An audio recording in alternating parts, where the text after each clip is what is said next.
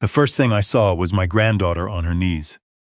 Grace was still wearing the blue evening dress her mother had worn at Bellamy House 20 years earlier, but someone had pinned a plastic badge to the front of it. T in black block letters. A young floor supervisor stood over her with a clipboard tucked under one arm. "Finish the stain before the guests come through," he said. "Mr. Mercer doesn't want you seen in the lobby." Grace pressed a white towel into the carpet. Red wine had spread beneath her hands like a wound. I stopped at the end of the service corridor and rested one hand on my cane. The supervisor noticed me first, his face emptied. "Mrs. Bellamy, I thought you were still in rehabilitation. I was discharged this afternoon." Grace looked over her shoulder. Relief reached her face before fear covered it. "Grandma, please don't make a scene. I had spent 38 years managing a hotel. I knew when anger was useful, and when it only warned the person hiding the keys." So I smiled at the supervisor. "Would you bring me a glass of water?" He left so quickly he forgot his clipboard. If you've ever discovered that someone you love has been suffering quietly, stay with me. The worst damage at Bellamy House was never in the walls. It was in what we had trained ourselves not to notice. Grace started scrubbing again. "Stop," I said. "I have to finish." "No, you have to tell me why you're dressed for the anniversary dinner and cleaning a hallway like you've been punished." Her fingers tightened around the towel. "It was an accident. The wine?" Her eyes moved toward the ceiling camera. I understood. I took the towel from her, folded it over the stain, and held out my hand. Grace hesitated before letting me help her stand. She had lost weight since I had last seen her 6 weeks earlier. Not enough for a stranger to notice, enough for the woman who had raised her. We stepped into the linen room and closed the door. "My name is Eleanor Bellamy. I can tell you now, I was 71 that night, the founder of a 42-room adobe hotel in Santa Fe, New Mexico, and Grace Bellamy was my daughter Amelia's only child. I had raised her from the age of 15. I had also failed her in ways I was only beginning to understand." "What did you sign?" I asked. Grace looked at me sharply. "Who told you?" "No one. You used the same voice your mother used when she had already made a decision and wanted me to mistake it for calm." She leaned against a shelf stacked with folded sheets. "There was a complaint. A guest said property disappeared from his room. Julian said my access code was used." "How much property?" "A leather case. He said it contained investment documents and an antique bracelet." "Which room?" She did not answer. "Grace 214. For a moment the only sound was the industrial dryer turning behind the wall. Room 214 had been closed since April. A cracked supply pipe had soaked the north wall, and the restoration company had removed part of the plaster. I had personally signed the out-of-service order before my knee surgery. No legitimate guest could have stayed there. I kept my face still. "When did this supposedly happen?" 3 nights ago. 2:13 in the morning, and Julian made you sign a confession?" "Not a confession. An acknowledgement of responsibility. That is a confession written by someone who charges by the hour. He said the insurance company would investigate the hotel if I refused. He said they'd review every decision made before your surgery. The safety reports, the staffing cuts, the old permits." She swallowed. "He said they could say you were no longer competent to manage the property." "And you believed him?" "I believed he would try." That answer hurt more because it was intelligent.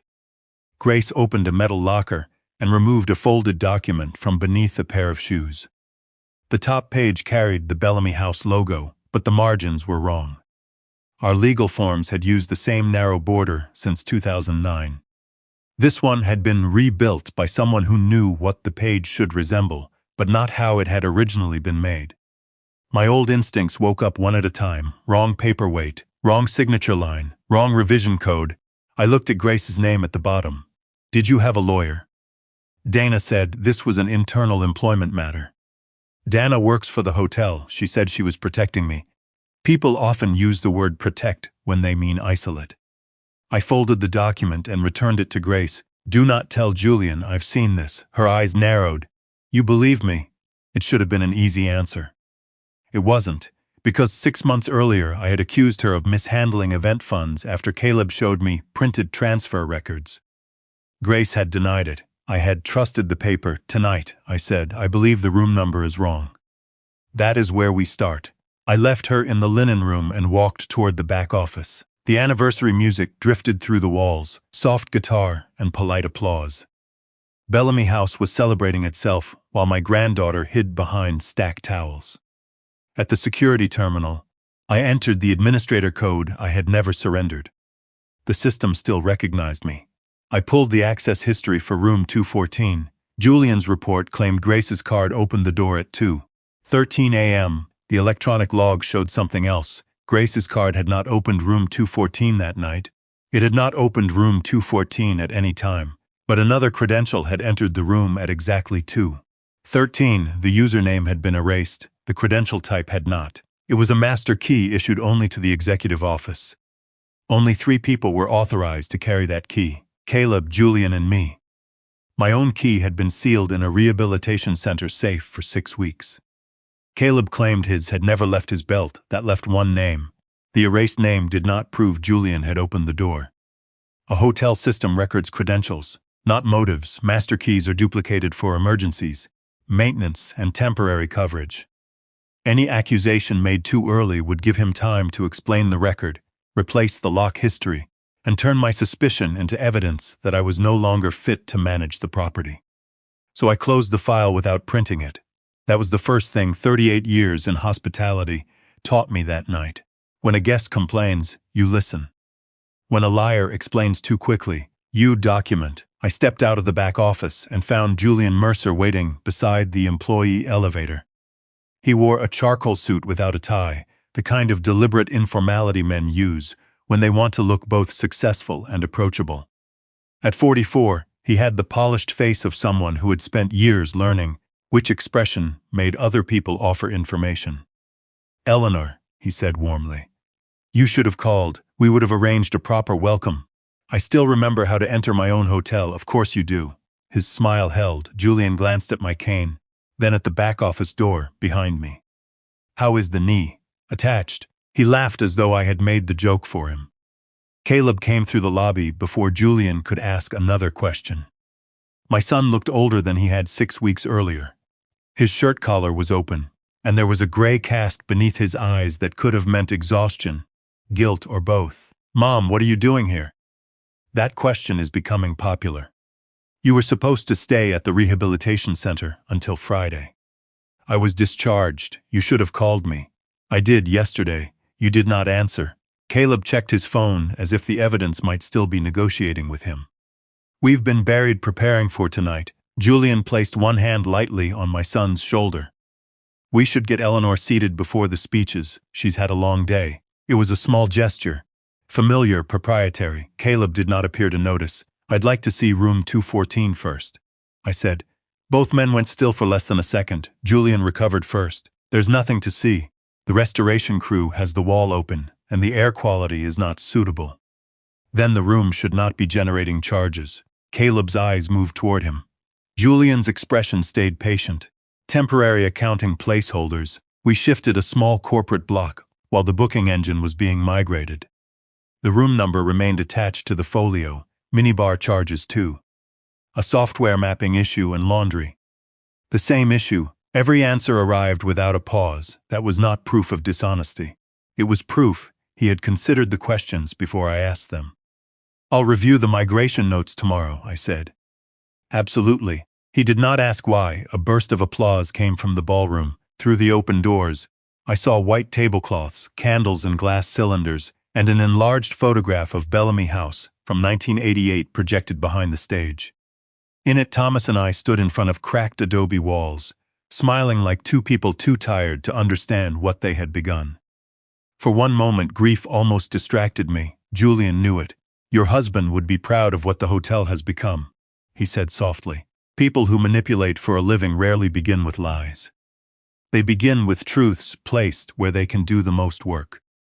I turned toward the front desk. The old carved counter was gone. In its place stood a smooth stone surface with 3 computer terminals and a backlit display advertising Bellamy House corporate retreats.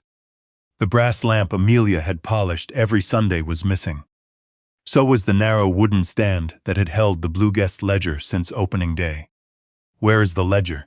Caleb answered too quickly. "In storage." "Which storage?" "We digitized it." Julian said. The original was becoming fragile. Where is it now? Our archive vendor has it. What vendor? He smiled again. I'll send you the information.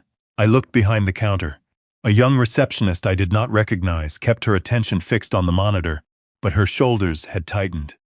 When I met her eyes, she looked down. Who hired you? I asked. Dana Pike, ma'am. What is your name? Melissa. How long have you worked here, Melissa? 7 weeks. Who trained you?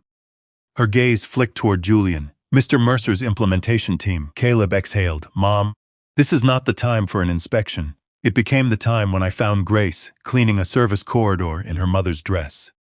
His face changed. Julian's did not. Grace spilled wine during a confrontation with a guest, he said.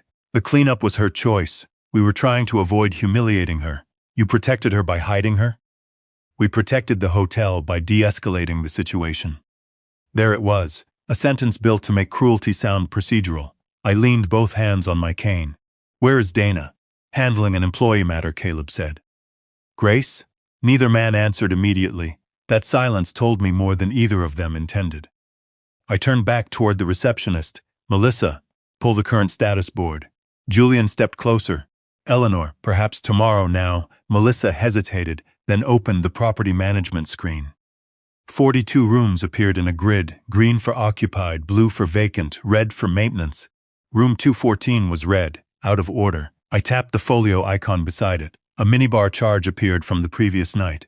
2 sparkling waters, 1 bourbon miniature, and a chocolate bar. Below that was a laundry charge. Below that, valet parking for a black Mercedes registered to Mesa Vista Hospitality Solutions. Who authorized this folio? I asked. Melissa swallowed. The system says executive office. Julian's voice remained calm. As I explained, it's a migration artifact. Then a folded piece of paper slid beneath my right hand. Melissa had moved it across the counter without looking at me. I closed my fingers over it and slipped it into my coat pocket. Julian kept talking about software conversions. Caleb watched him instead of me. I waited until both men turned toward the ballroom doors. Then I unfolded the note inside my pocket. The handwriting was hurried. Don't ask about 214 while the cameras are on. Underneath that sentence was another. They listened through the desk phones. I kept the note folded inside my coat pocket and looked across the lobby as if Melissa had handed me nothing more important than a receipt. The brass-trimmed desk phones matched the hotel's adobe walls and carved vigas. I had never liked anything in a hotel that could not be inspected, unplugged, or replaced. Julian was still explaining the software migration to Caleb. I nodded once, the way a person nods when she has accepted an answer.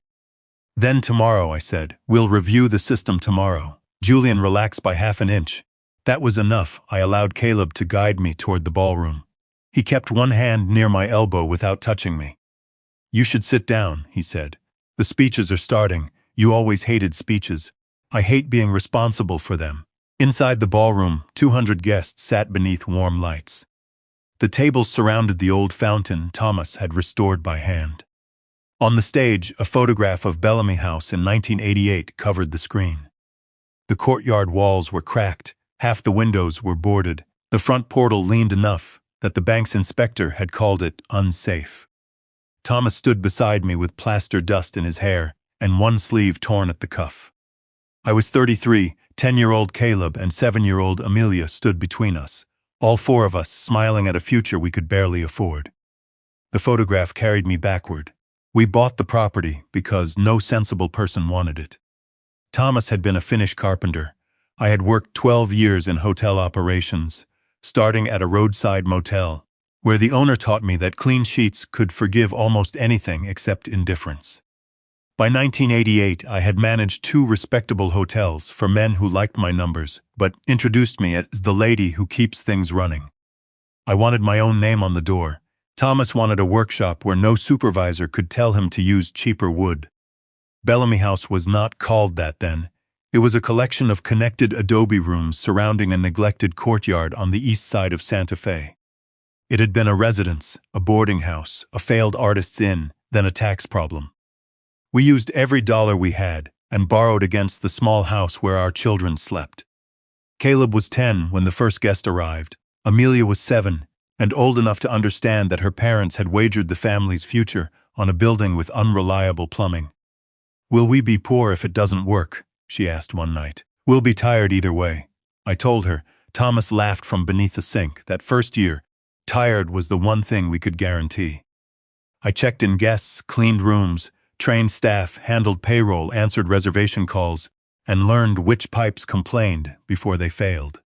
Thomas rebuilt doors and repaired furniture with the patience of a man who believed nothing made of wood was beyond forgiveness. We did not build Bellamy House through one grand decision. We built it through 1,000 small corrections. A guest arriving after midnight needed soup. A housekeeper whose child was sick needed her shift covered without losing pay. A couple celebrating 50 years needed the same room they had occupied on their honeymoon, even though the radiator had stopped working. Hospitality is not smiling. It is noticing what prevents another person from having to ask twice. Amelia understood that early. She spent afternoons behind the front desk doing homework, listening to me greet strangers by name. At 9, she could tell when a guest wanted conversation and when they wanted a key without questions. At 11, she began leaving small notes in rooms for people traveling alone. Caleb preferred the office. He liked ledgers, calculators, and the locked cash drawer. He wanted to know why employees were paid before owners. "Because owners chose the risk," I told him. He remembered that answer differently than I intended. The blue guest ledger began during our first Christmas. A retired teacher from Ohio stayed with us after her husband died. She sat in the lobby every evening but rarely spoke. On her final morning, Amelia asked whether there was anything she wanted the hotel to remember. The woman wrote 3 pages on hotel stationery. Thomas found an unused blue leather ledger at an estate sale the following week. He built a narrow stand for it beside the brass lamp at the front desk. We invited guests to write one thing worth keeping. Some wrote jokes, some wrote recipes, apologies, marriage advice, or descriptions of sunsets. Children drew crooked horses, widows wrote their husbands' names, soldiers wrote about sleep, people left pieces of themselves because someone had asked. Amelia wrote the first line on the inside cover, "Make sure the quiet ones are counted." I turned it into a question for every shift meeting.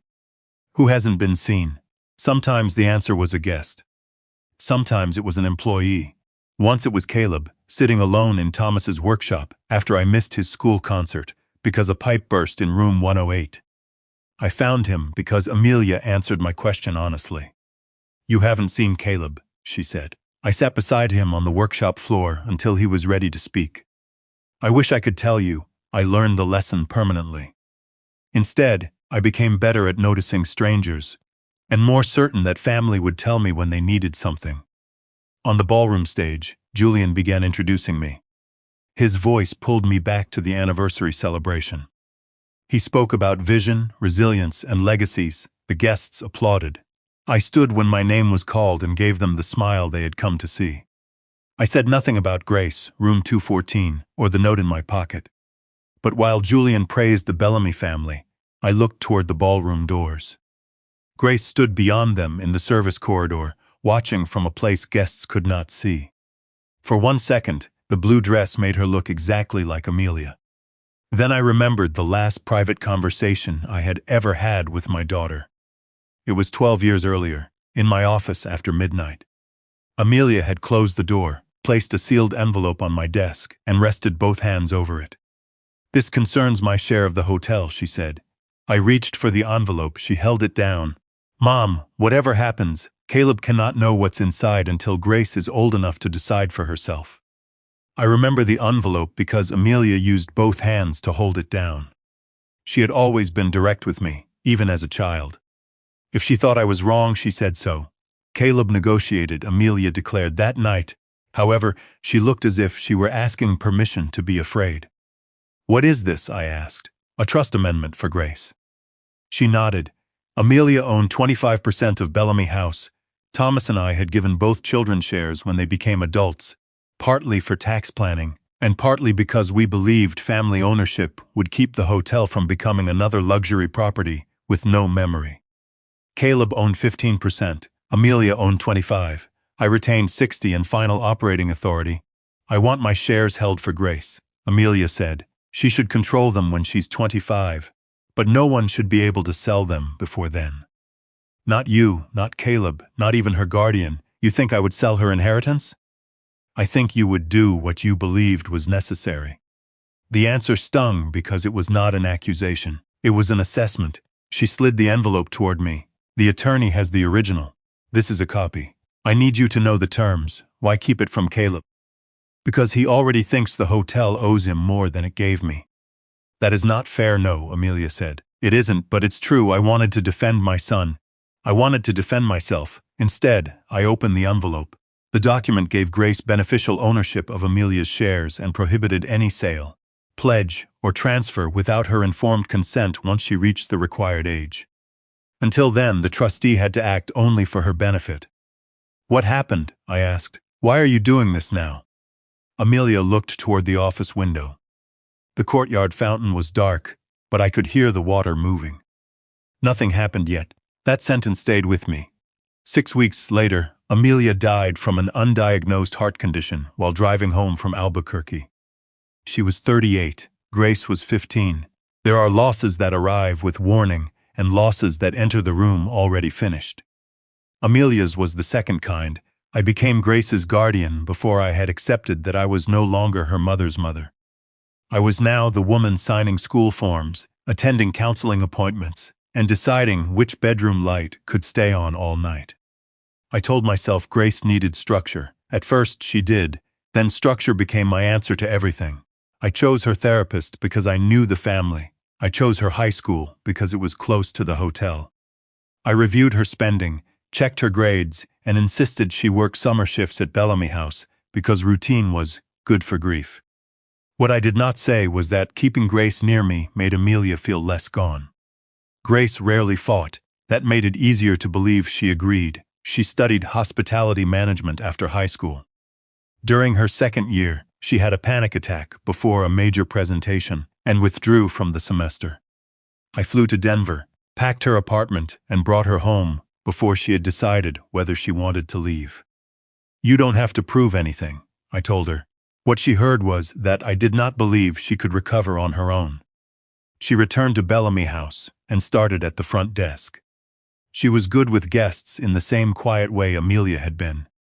She remembered allergies, anniversaries, and which visitors wanted the courtyard room farthest from the elevator. She wanted to move into event management. I kept assigning her smaller functions, not yet. I would say you need more experience. She accumulated experience. I moved the line. Caleb noticed.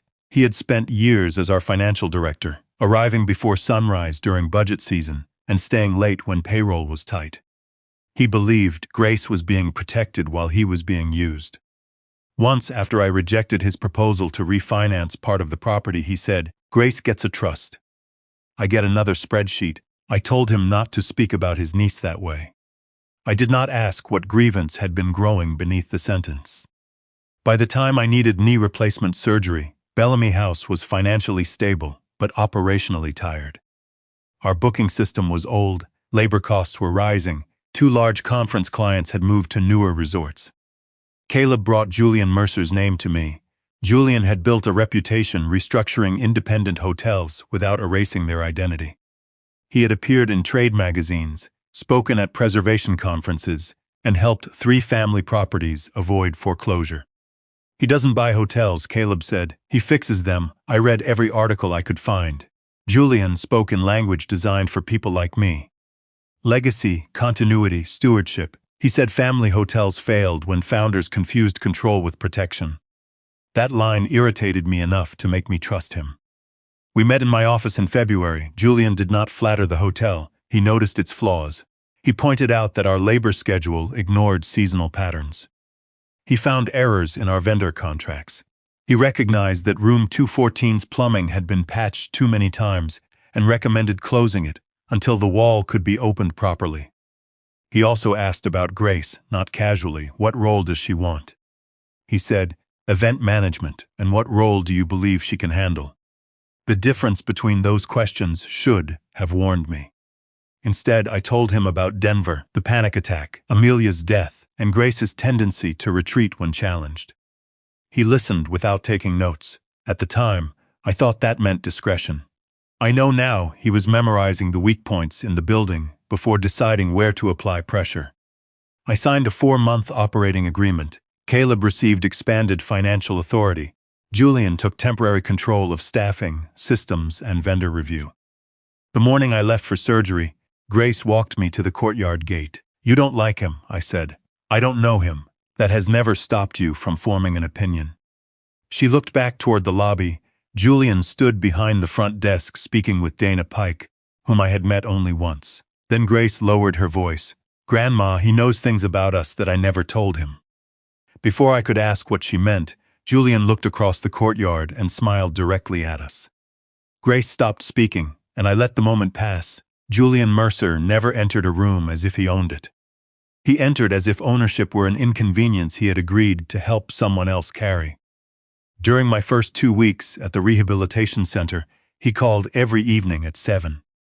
Never early, never late. He began with the hotel. Occupancy was up 11%. Overtime had dropped. 2 corporate groups were considering fall contracts. A plumbing vendor had agreed to replace the damaged line behind room 214 instead of patching it again. Then he moved to people. Marisol's son made the regional soccer team, he told me one night. We adjusted her schedule so she can attend Saturday games. Another evening, he mentioned that Ben, in maintenance, had started physical therapy for his shoulder. Dana was helping a housekeeper find a pediatric dentist who accepted her insurance. The new night auditor preferred decaf because regular coffee worsened his heartburn. Julian remembered details I had once prided myself on remembering. That mattered more than it should have.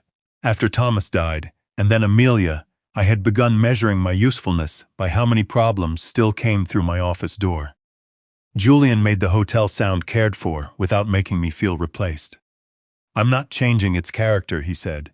"I'm removing the strain that keeps you from seeing it." It was exactly the sort of sentence I wanted to believe. Dana Pike joined the staff 3 weeks after my surgery. She had worked in human resources for a regional resort group and spoke in the reassuring language of someone trained to make difficult decisions sound humane. On our first video call, she wore a pale green blouse and sat in my office beneath the framed photograph of Thomas opening the courtyard fountain. "My job is to protect the culture you built," she said. "What does that mean in practice?" "Clear procedures, consistent expectations, better support for employees under stress." Her eyes softened when she said the last word. Julian had told her about Grace. I should have asked exactly what he had shared. Instead, I felt relieved that someone experienced would be watching over my granddaughter while I was gone. That was how they worked at the beginning. They made every intrusion resemble assistance. The first proposal Julian sent me was called Front Desk Renewal. The carved mesquite counter Thomas had built would remain, he promised, but modern terminals would be installed behind it. Check-in forms would become digital, guest preferences would be centralized, old paper records would be scanned.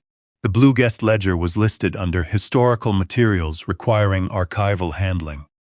Grace called me that afternoon. "He wants to take it off the property, temporarily. It has never left the lobby. It's almost 40 years old. That's why it shouldn't be handed to a scanning company. Nobody knows." I shifted my leg on the rehabilitation bed. Pain had shortened my patience. "Grace, professionals preserve documents every day." "Which company?" Julian selected one. "What is its name?" I did not know. There was silence on the line. Then she said, "You would have asked before." The sentence felt disrespectful because it was accurate. "I am recovering from surgery. I cannot verify every vendor from here." "I'm not asking you to verify everything. I'm asking you to listen when something feels wrong. You have been suspicious of Julian from the day he arrived. And you decided that means I can't be right." I ended the call too quickly the next morning. I approved the proposal. Julian sent a photograph of the ledger wrapped in archival paper inside a padded case. It looked careful, professional, safe. I forwarded the image to Grace with one line, "See? Properly handled." She did not reply. Within a month, the carved counter was moved into storage for refinishing. A stone reception desk replaced it. The brass lamp disappeared. So did 3 employees who had worked at Bellamy House for more than a decade. Julian explained each departure separately. Mercer wanted flexible hours. Ben's shoulder limited his duties. Helen resisted the new reservation software and chose retirement. No single explanation sounded unreasonable. Together, they formed a pattern I missed because he never presented them together. Temporary workers filled the vacancies. Dana described the change as a bridge until recruitment stabilized. Caleb praised the savings. We've reduced benefit exposure by nearly 18%. He told me, benefit exposure. Labor costs, Mom, people are not exposure. He sighed, this is why we hired Julian. You want every decision to feel personal. I thought Caleb was becoming harder because the numbers required it. I did not understand that numbers can become a hiding place for people who do not want to name what they are doing. The renovation contracts concerned me more. A company called Desert Peak Restoration received 3 jobs in 6 weeks. Room 214, the east parapet, and the ballroom ventilation system. I asked whether Caleb had obtained competing bids. Emergency work doesn't wait for a committee, Julian said. The ballroom ventilation was not an emergency. It would have been if it failed during the anniversary event. He smiled as if we were discussing foresight rather than procedure. Caleb supported him. Dana later emailed that repeated challenges to leadership could undermine morale. The message was polite. Its meaning was clear. Stop asking. Grace kept asking. She sent occupancy reports showing rooms marked occupied on nights when housekeeping serviced almost no departures. She found banquet revenue without menus, signed event orders, or staff assignments. She noticed that room 214 appeared in corporate blocks, even though it remained closed. Julian called them migration errors. Caleb called them timing differences. Dana called Grace's questions disruptive. I called them temporary confusion. Then, on a Thursday night, Grace sent me a photograph. Room 214's door stood slightly open. Light spilled across the hallway carpet. The timestamp read 2:07 a.m. Below it, she wrote, "You told me this room was sealed." I stared at the image for several minutes. Then a nurse entered to check my medication. I locked the phone and set it beside the bed. The next morning, I opened our conversation again. The photograph was gone, so was Grace's message. In its place was a new text from my own number. Sent at 2:19 a.m., stop inventing problems. I had been asleep at 2:19, and my phone had been on the table beside me. The message from my own number should have ended my trust in Julian. Instead, I let him explain it. He called early. Your phone may have synced with the hotel messaging platform, he said. We've seen duplicate account behavior during the migration. I did not write that message. I know, that's why I'm concerned. Grace has been using old administrator credentials. He said it gently. Are you saying she accessed my account? I'm saying we should not assume intent before Dana finishes reviewing the logs. There was a pause calibrated to sound reluctant. Grace is under a great deal of pressure. By noon, Dana emailed me a summary. It said no conclusive breach had been found, but Grace had previously attempted to enter restricted system areas. The language was careful enough to avoid an accusation and pointed enough to plant one. I read it twice. Then I did what I had trained myself to do with every incident report. I trusted the document in front of me. 3 days later, a guest named Mrs. Harcourt reported that a diamond bracelet had disappeared from her suite. Grace had helped deliver flowers to the room that morning. The bracelet was found 6 hours later, inside a linen cart near the service elevator. No one saw Grace place it there. No camera showed her touching the cart, but Dana called the sequence concerning. Grace called me from the employee stairwell. They're saying I took it. Did you enter the suite? Yes, with Lila from housekeeping. Did you touch the dresser? I moved a vase because it was blocking the card. Then tell Dana exactly that I did end. She said my memory may not be reliable because I've been under stress. I felt irritation rise before concern. Grace, slow down, I am speaking slowly. Do not make this harder by becoming defensive. The silence, after that sense lasted so long, I checked whether the call had dropped. Finally she said, you always tell me not to react. They know that. I did not understand what she meant. Dana suspended her from the front desk pending review. Julian called it a temporary protective measure. Caleb said it would reassure the guest and our insurer. Within a week, Grace lost access to the reservation system, event accounts, internal schedules, and the staff messaging platform. She was reassigned to inventory and back-of-house support. Julian told me the change would reduce pressure, He's removing her from every place where she can see what he's doing, I said. That is what I should have said. What I actually said was, perhaps a quieter role will help. Grace stopped calling me every evening. When I called her, she answered with short, careful sentences. How was work? Fine, are you sleeping? Enough, have you met with Dana? Yes, every answer was technically complete and emotionally empty. I recognized the tone. Amelia had used it when she believed I had already decided what I wanted to hear. I still did not change course. The next incident came during a meeting with a potential investment partner. A man named Robert Haynes had been touring the property with Julian and Caleb. Grace entered the library and told him he had no right to inspect employee files. Someone recorded the last 20 seconds. In the clip, Grace said, "If you touch those records again, I will make sure everyone knows what you are." Haynes replied, "Is that a threat?" Grace said, "It's a promise." The recording ended there. Julian sent it to me with no commentary. I called Grace immediately. What happened before the recording? He asked Dana for medical accommodation files. Why would an investor need those? He said he was reviewing liabilities. Did Dana give them to him? Grace hesitated. I don't know, then why did you confront him? Because I saw my file in his hand. I closed my eyes. Grace, you cannot threaten people in the hotel. I told him I would report him. That is not how it sounded. It sounded exactly how they cut it. I heard myself sigh. She heard it too. You believe the recording, she said. I believe you need to control how you respond. No, you believe whatever arrives in a PDF or an audio file. That is unfair. So is having my medical history passed around to men who want to buy our hotel. At the time, I thought her accusation was exaggerated. I know now that Robert Haynes was not an investor. He worked for Mesa Vista Hospitality Solutions. Dana placed Grace on what she called a performance stabilization plan. The title suggested support. The contents were punishment. Grace had to report every disagreement, obtain permission before contacting vendors, attend weekly meetings with Dana, and refrain from discussing hotel finances with employees. Any resistance could be described as another symptom.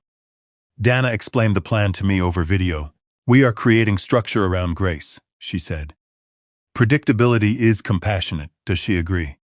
She signed.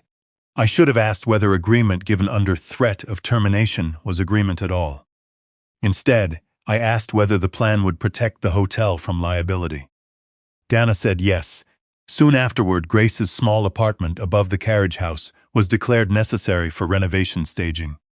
She was given 10 days to leave. Caleb called it efficient use of space. Julian offered to help her find temporary housing.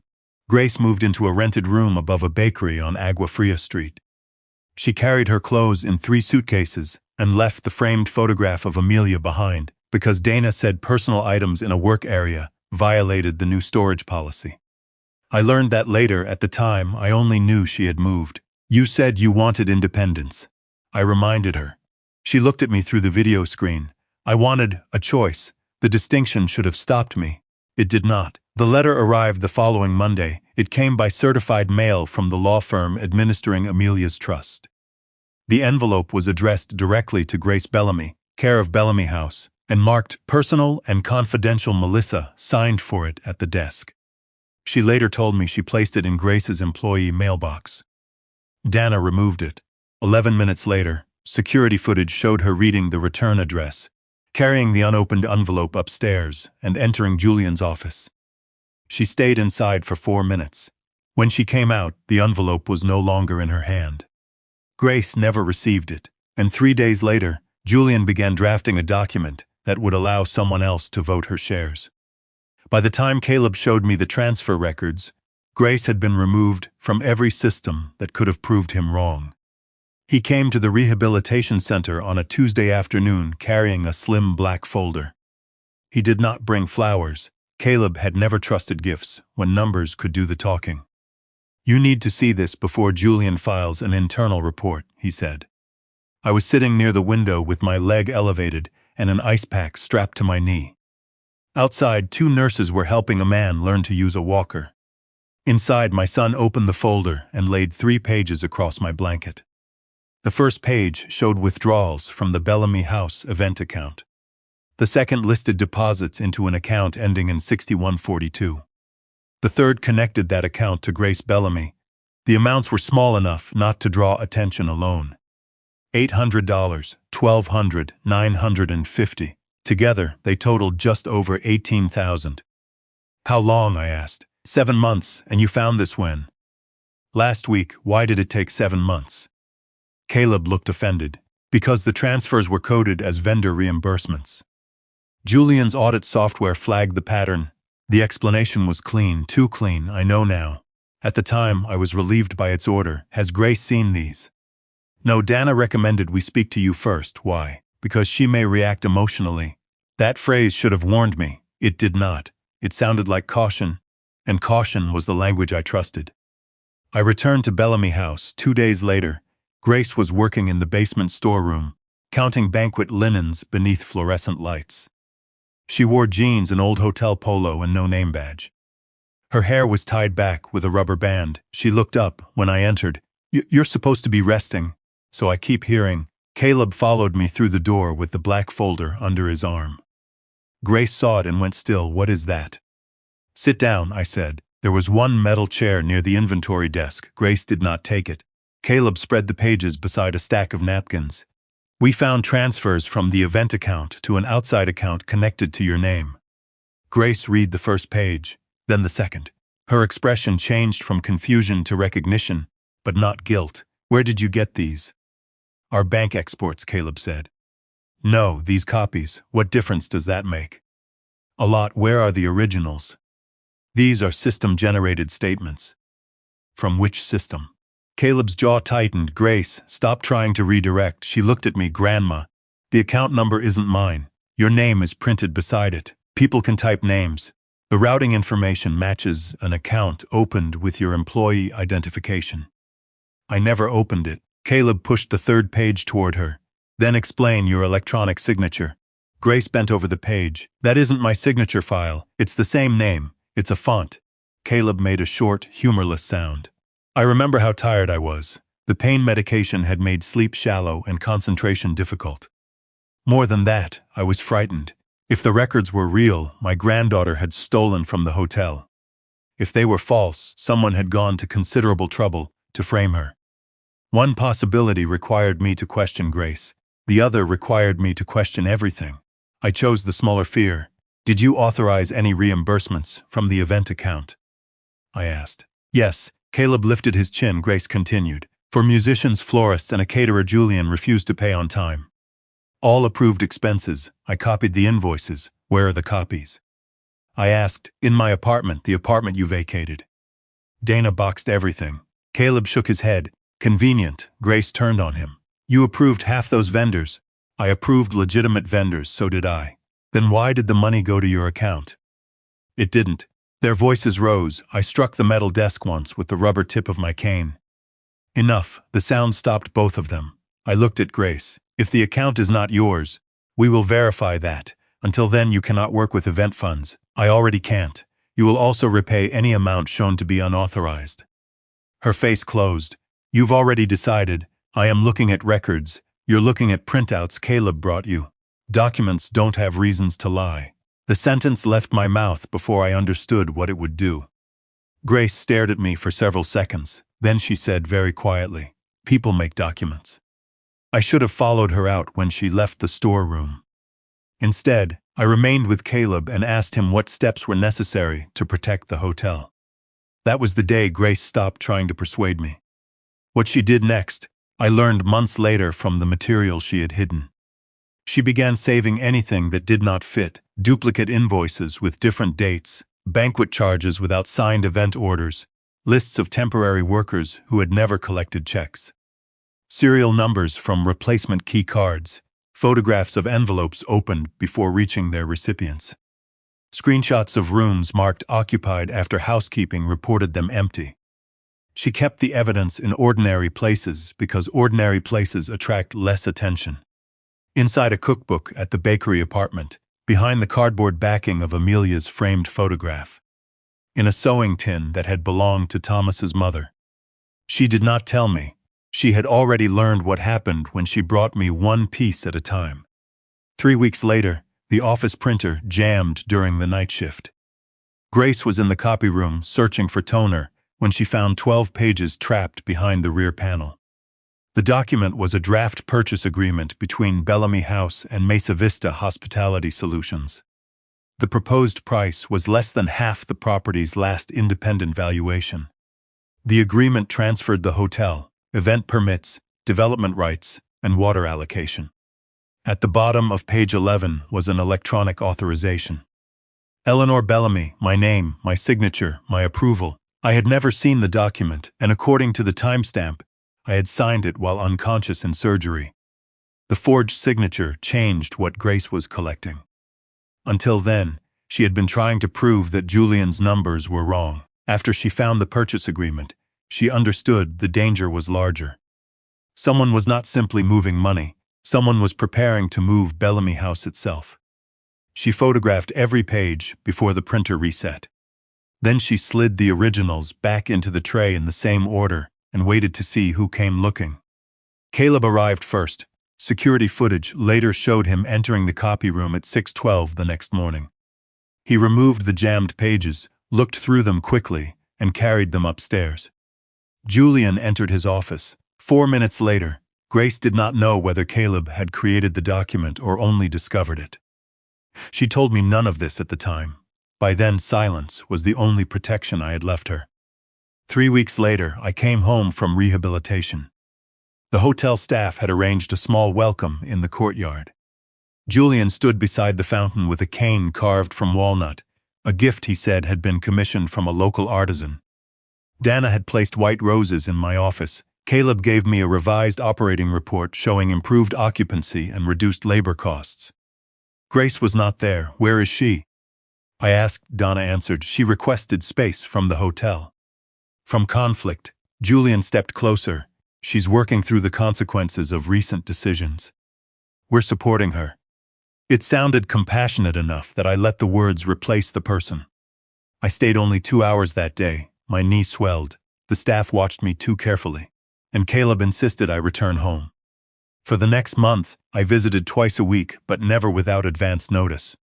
Each time, Bellamy House seemed orderly. Temporary employees smiled, reports were ready, guest complaints were summarized before I could ask. Grace was always assigned elsewhere. I mistook absence for avoidance. I know now that Julian was controlling where each of us stood, what we saw, and when we saw it. That was why the anniversary night mattered. I came without warning. I entered through the service corridor. I found Grace before anyone could move her. After discovering the erased master key record, I left the ballroom early and told Caleb my knee was hurting. Julian offered to have a driver take me home. I have my own car. You shouldn't drive after such a long day. I drove here. His concern lasted 1 beat too long. I smiled. You've done enough for me tonight. The sentence landed. Julian's eyes changed, then warmed again. At home, I did not sleep. I placed Melissa's note on the kitchen table, then copied every detail I remembered from the access screen. Hotels teach you that memory weakens as soon as people start explaining what you saw. I wrote before anyone could explain it away. Room 214, 2:13 a.m., executive master credential. Username erased. I also wrote down the charges tied to the room and the name Mesa Vista Hospitality Solutions. At 6 the next morning, I called the hotel's night audit line from a prepaid phone Thomas had once kept for emergencies. The number was not connected to my personal account or the hotel app. A man answered on the 4th ring. Bellamy House, night audit, this is Eleanor Bellamy. Silence then. Mrs. Bellamy, I'm not supposed to speak with you. What is your name? Evan, who told you not to speak with me? Another pause. Dana, why? She said all operational questions go through Mr. Mercer while your medical review is pending. My hand tightened around the phone. What medical review? I'm sorry, I shouldn't have said that. The line went dead. Julian had not only questioned my judgment in private, he had created a process around it. At 8, I drove to the hotel and parked across the street instead of using the staff lot. I watched the morning shift arrive. 3 temporary housekeepers entered through the side gate. A delivery van stopped at the service entrance. Caleb's car was already there. Julian arrived 10 minutes later in a black Mercedes. The same make listed on the room 214 valet charge. That alone proved nothing. Plenty of men drove black Mercedes in Santa Fe, but professionals survive by noticing when coincidences begin sharing paperwork. I waited until Julian entered the lobby, then walked around to the loading dock. Ben Alvarez, our maintenance chief, used to keep duplicate mechanical keys in a steel cabinet beside the boiler room. Ben had supposedly retired during my rehabilitation. The cabinet was still there. The lock had been changed. A young maintenance worker I did not recognize stepped into the corridor. "This area is restricted, ma'am. I built it." He flushed. "Mr. Mercer said no one enters mechanical spaces without authorization." "Does that include the owner?" "I don't know, then find out." While he went upstairs, I photographed the new lock and the contractor sticker beneath it. Desert Peak Restoration, the same company repairing room 214. I left before anyone returned. My next stop was the city records office. I requested the permit file for the plumbing work behind room 214. The clerk found the original closure notice bearing my signature and the contractor's estimate for wall removal. There was no permit for completed repairs, no inspection approval, no authorization to reopen the room, yet the hotel system had been charging expenses to it for months. The clerk printed the public documents and asked whether I needed anything else. "Yes," I said. "Any recent filings connected to Bellamy House, Mesa Vista Hospitality Solutions, or Desert Peak Restoration?" She searched. Mesa Vista had filed a preliminary land use inquiry 6 weeks earlier. The request concerned event operations, redevelopment potential, and continuation of existing water rights after transfer of ownership. Transfer of ownership. I read the phrase twice. Then the clerk handed me another page. The inquiry listed a contact person for Bellamy House. Not Julian, not Caleb, Eleanor Bellamy. My name appeared above an email address I had never used. Someone was not merely pretending I had approved the sale.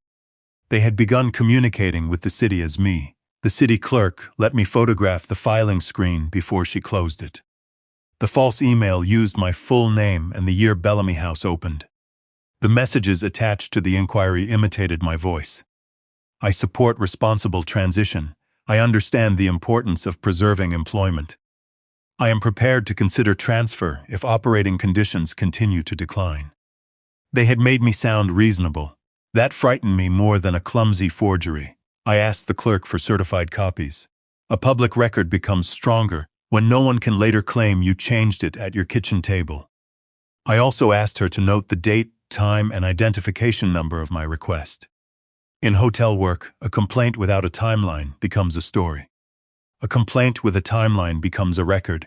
Then I called Priya Shah. Priya had been Bellamy House's controller for 19 years. She retired after Thomas died, partly to care for her sister, and partly because she was tired of arguing with Caleb about debt. She answered, "How bad? How do you know it's bad? You only call before 9 when a building is leaking or a person is lying." Possibly both. I told her about room 214, the erased key record, the forged city account, and Mesa Vista. "Don't email anything through the hotel," she said. "Bring paper. Meet me at the diner on Cirillo's." Priya arrived with reading glasses, a yellow legal pad, and the expression she used when numbers had offended her. She studied the city filings. "This isn't your language. How can you tell? You never say responsible transition. You say sale." She used her own cellular connection to search state registrations, county records, and vendor databases. Desert Peak Restoration had been created 11 months earlier. Mesa Vista Hospitality Solutions had been created 14 months earlier. Their listed managers were different, but both companies used suites in the same Albuquerque office building. Priya found 4 more Bellamy House vendors connected to that building or a nearby commercial mailbox: a linen supplier, a software consultant, a security contractor, and the company supposedly storing the Blue Guest ledger. All had been formed within 18 months. "That can be coincidence," I said. "Once," she replied. "Not 6 times." The hotel had paid Desert Peak for completed work in room 214, even though the city had no permit closing the project. The storage company had billed us for transporting the ledger, but its invoice named no archive. The security contractor had charged for replacing locks in 5 restricted areas, including the boiler room cabinet where Ben kept duplicate keys. "Who signed the completion forms?" Priya asked. Executive office, that phrase is hiding a lot. Can you access our bank records? Not without current authority. Caleb removed my credentials 3 weeks after I retired. She closed the laptop. We need an inside source and a physical trail. Invoices can be manufactured. People and objects are harder. I thought of the man shown outside room 214. Luis Ortega had worked hotel security for 9 years. Former Army, quiet, reliable, and strict about emergency exits. Julian said Luis had been suspended for accessing guest data. Priya found his address near Airport Road. Luis opened the door wearing a warehouse security uniform. When he saw me, his face hardened. Mrs. Bellamy, I need 10 minutes, you had 6 months. The sentence landed where it belonged. I did. He glanced at Priya. Who is she? Someone who checks numbers before believing people. Priya said, today I'm checking whether the numbers were made by the wrong people. Luis led us inside. His apartment was neat and nearly empty. A photograph of 2 teenage boys stood on the shelf. My sons, he said. I remember, no, you remember their names from Christmas cards. You don't know they stopped visiting the hotel after Dana questioned them. I did not defend myself. The old version of me would have explained that no owner could know every private detail of every employee. The honest version understood that I had built my reputation on noticing people, then allowed Julian to decide which people no longer deserved my attention. What happened at room 214? You think I stole something. I think a camera shows you outside the room at 2 in the morning. It would. He removed a small spiral notebook from a drawer.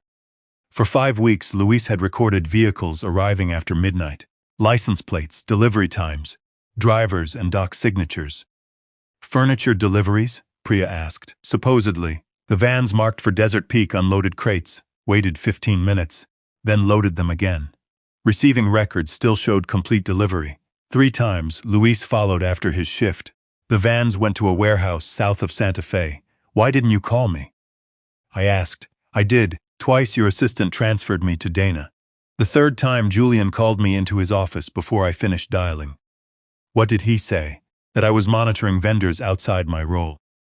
Then he showed me a printout saying I opened private guest files. Had you? I opened the access history for 214. That was the guest data used against him. What did you find? Master credentials entering after midnight. Different usernames, same device signature, then the names disappeared. Priya leaned forward. One encoder? Luis nodded. I went to 214 to see who was inside. The door opened before I touched it. There were scanners, a card printer, and boxes of files. No guest. Why didn't the camera show you entering? I saw Julian at the end of the hall. I left the next morning. I was suspended. He took a clear plastic bag from another drawer. Inside lay a brass mechanical key with a square black tag. I found it beneath the passenger seat of a Desert Peak van, he said. I thought it was an ordinary room key until I checked the cut. I recognized the keyway. Thomas had chosen it for executive emergency locks. Electronic cards created records, mechanical overrides did not. Does it work? I asked. Luis held my gaze. It opened 214 the night after they erased the log. We entered room 214 at 1:26 the following morning. Luis chose the hour because the night manager took his meal break at 1:15, and the temporary security guard usually spent 20 minutes smoking near the loading dock. I disliked relying on another person's bad habit, but hotels are built on patterns, and patterns are useful whether they are admirable or not. Priya waited in the service stairwell with gloves, evidence bags, 2 encrypted drives, and a camera that stamped every photograph with the time. I carried the certified city filings. Luis carried the brass key. Once we open it, he said, they may know, then we make the first 5 minutes count. The key turned without resistance. The room smelled of warm plastic, paper dust, and damp plaster. The bed, dresser, and chairs were gone. In their place stood 2 metal tables, a document scanner, a card encoder, 3 printers, and a black server cabinet with blue lights pulsing behind its door. The north wall was open where the pipe had cracked, but no repair work was underway. Cables ran through the exposed cavity and disappeared into the floor. Priya stared at the equipment. This is not a contractor's staging room. Luis closed the door. I began with the room itself, scanner serial number, manufacturer labels, outlet positions, scratches beneath the tables, Boxes of key cards beside the printer. Hotels teach you to notice placement, because placement tells you what a person expects to use again. Nothing in 214 was temporary. Priya photographed every surface before connecting her laptop to the server through a maintenance port. "Read only," she said. "I do not want them claiming we altered files." The system asked for administrator credentials. Lewis handed her a slip of paper. "Where did you get this?" Julian's assistant taped it under the keyboard. The password worked. Folders filled the screen. Reservations, vendor reconciliation, employee risk, legacy, guest data, transfer preparation. My name appeared in one folder. Grace's appeared in another. I opened employee risk first. Dana had created profiles on more than 30 employees. Each included financial pressure, medical needs, family obligations, disciplinary history, and an assessment labeled compliance probability. Marisol's son's soccer schedule was there. Ben's shoulder treatment was there. Dana's notes on Luis included 2 sons in college, cannot risk loss of income, likely to accept suspension if threatened with guest privacy violation. My profile was longer, founder attachment to property, recent surgery, grief response linked to daughter, responds to language of stewardship, defensive when control is questioned. Grace's profile ended with a line that made me sit down. Most effective leverage, grandmother's competence, and public reputation. Julian had not improvised the threat that forced her signature. He had selected it. Priya touched my shoulder once, then returned to the computer. "We need the transaction structure." I made myself stand. The legacy guest data folder contained scanned pages from the Blue Guest ledger. Names, dates, addresses, anniversaries, occupations, and personal notes had been converted into spreadsheets. Guests who wrote about bereavement, family conflict, or financial success were marked with different colors.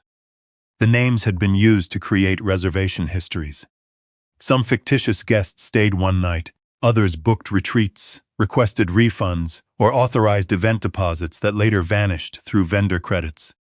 "The dead don't dispute hotel charges," Priya said. Neither of us answered. A second database contained more than 500 keycard records. Cards had been encoded under employee names, guest names, and blank administrative profiles. Grace's credentials had been copied 4 months earlier. So had mine. That explained the forged access reports. It also meant the evidence showing Grace entered restricted areas had never proved she was there. Lewis opened a filing cabinet. Inside were boxes labeled by department: human resources, vendor contracts, insurance, trust correspondence. He found the certified letter addressed to Grace.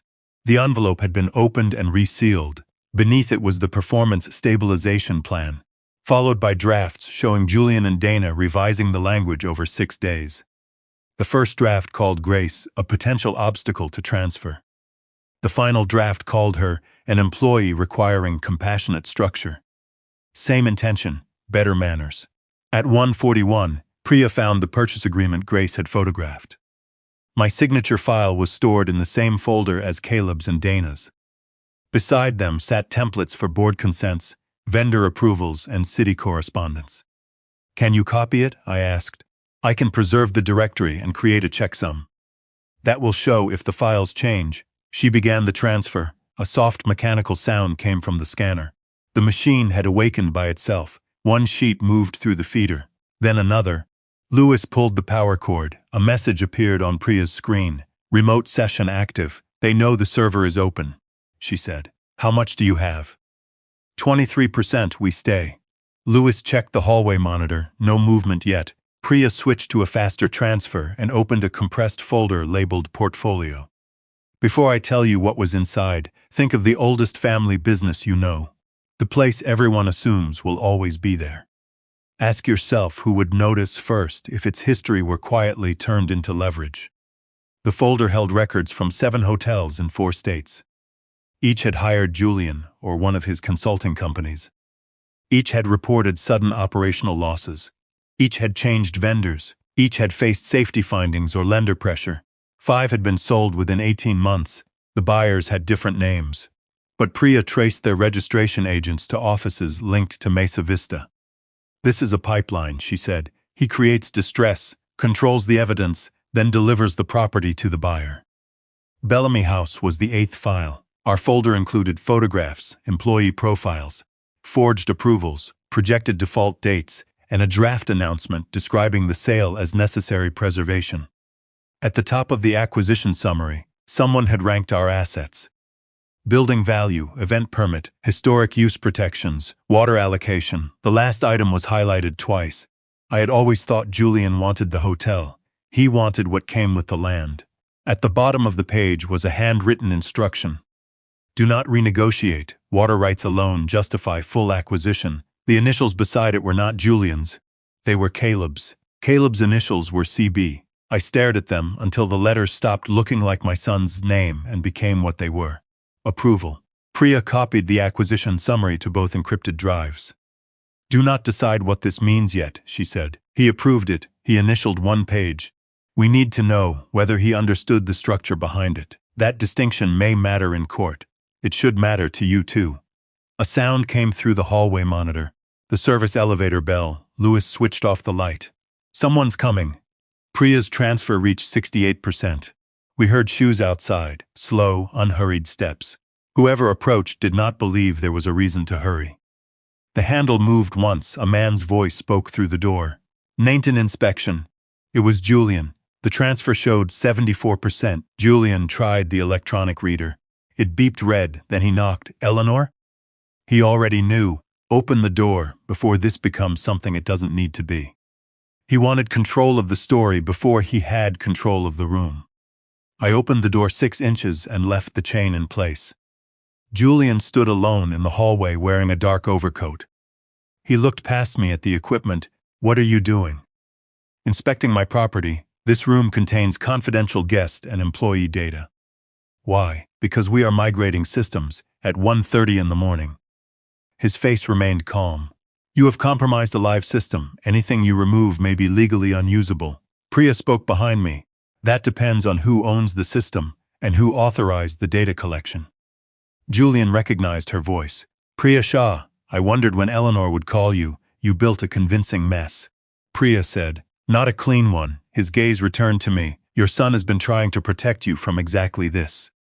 Entering restricted rooms at night, copying private files, acting on suspicion instead of judgment. I almost asked what Caleb had told him. Instead, I said, you should call him. The transfer reached 100%. Priya removed the drives. Luis opened the chain, and we stepped into the hallway together. Julian moved aside. He did not try to stop us. That worried me more than if he had. By 8 that morning, Priya and I were in her dining room with paper records and 2 laptops disconnected from the internet. We began with the reported losses.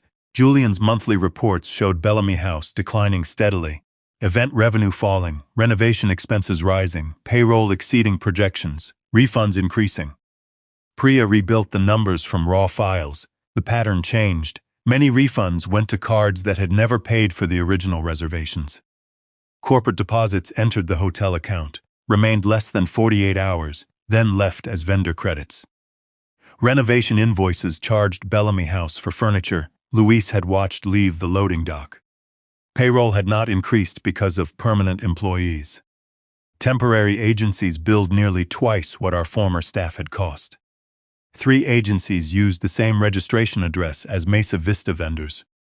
The hotel is not healthy, Priya said, but it was not collapsing until someone began charging it for its own destruction. How much is real? Enough to require work, not enough to require a sale. By noon, she had isolated more than $900,000 in questionable expenses and reversals over 11 months.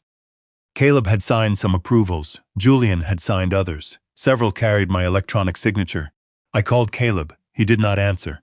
The second call went directly to voicemail. Julian had reached him first. At 2, April Bell arrived. April worked for the city's Historic Preservation Office. She was 46 precise and visibly angry. You requested copies of reports bearing my name, she said. I did. Someone in records called me because the photographs looked wrong. She placed 2 inspection packets on the table. The official city report identified minor stucco separation, drainage concerns, and incomplete plumbing work in room 214. Julian's version described structural instability, electrical risk, severe moisture contamination, and possible suspension of our event permit. April laid the photographs side by side. The damaged parapet in Julian's packet belonged to a vacant property on Canyon Road. The mold photograph came from a motel outside Espanola. Your signature is on the false report, I said. A scanned signature, not mine as applied to that document. What happens if the city believes Bellamy House filed altered reports? Your permits could be suspended during investigation. That may be what they want. Priya opened the acquisition summary, especially if permit failure triggers the emergency sale clause. April read down to the highlighted section on water rights. Bellamy House held an old commercial water allocation tied to the property's historic use. New developments in the district faced tighter restrictions. A buyer who preserved the hotel operation could retain the allocation, then later seek redevelopment. The building is valuable, April said. The water is strategic. Mesa Vista was not buying 42 rooms. It was buying the right to build what others could not. I returned to Bellamy House after dark. Grace waited behind the bakery where she rented her room. She carried Amelia's framed photograph and a canvas bag full of invoices. I told her what we had found. When I reached Caleb's initials, she did not look surprised. He knew about the sale, she said. How long? At least 3 months. Why didn't you tell me? I tried to tell you about the fake account. The answer needed no explanation. I showed her Dana's employee files and the trust letter from room 214. Grace touched the resealed envelope but did not open it. There's something else. What? When I found the draft sale agreement, only one person knew I had gone into the copy room. Caleb? She shook her head.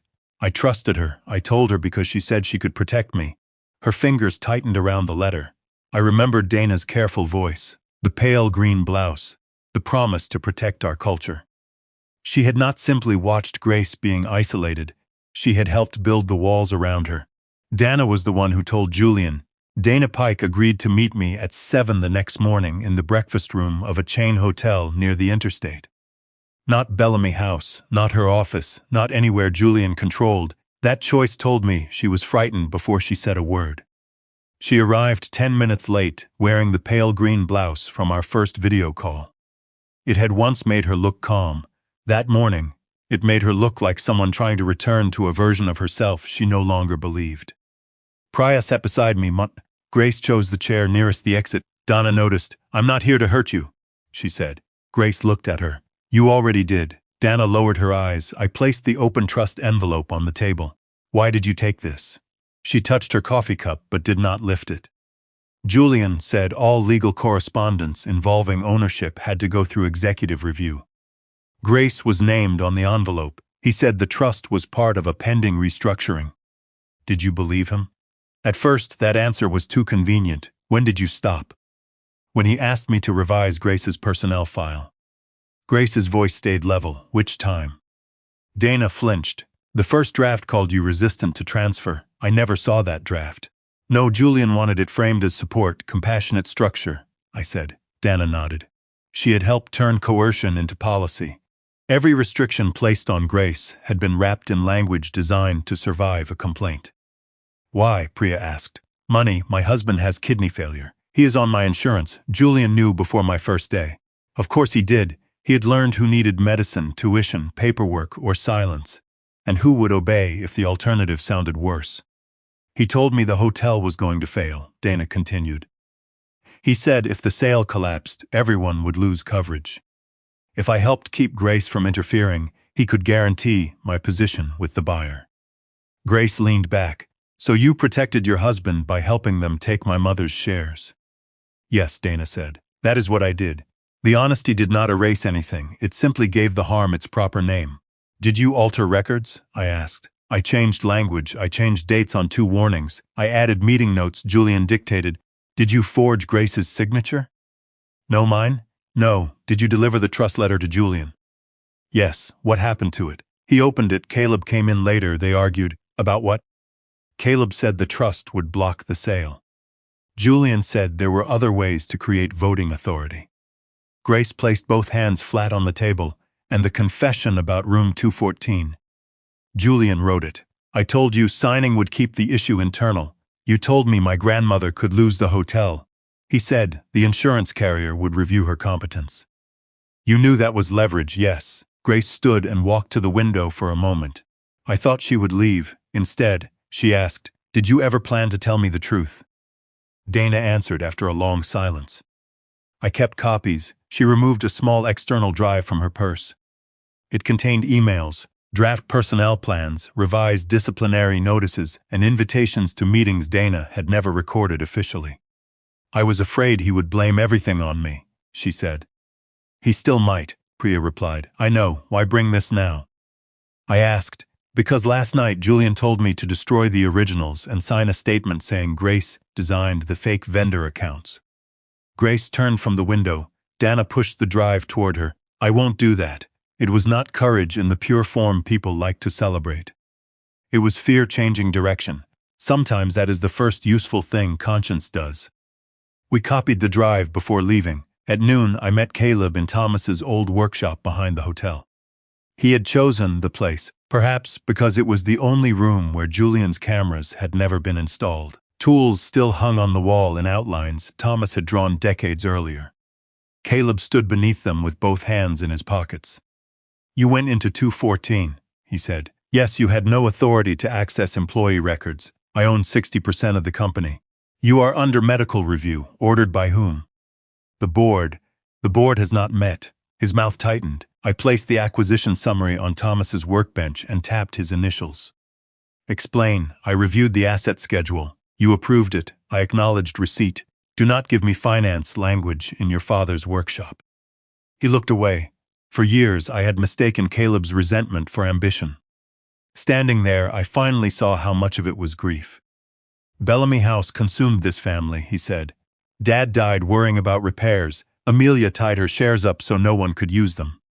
You spent holidays downstairs with guests while we ate without you. You think selling it fixes that? I think keeping it has already cost enough." He admitted preparing an emergency mortgage. He admitted discussing a sale.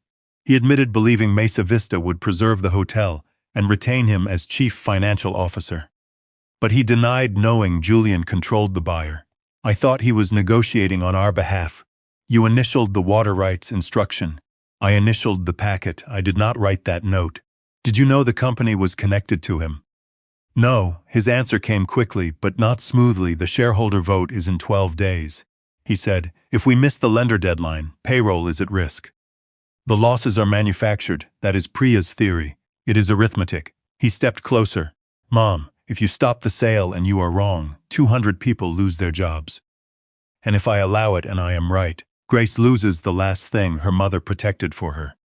For the first time, Caleb had no answer. That evening, Priya opened Dana's email archive.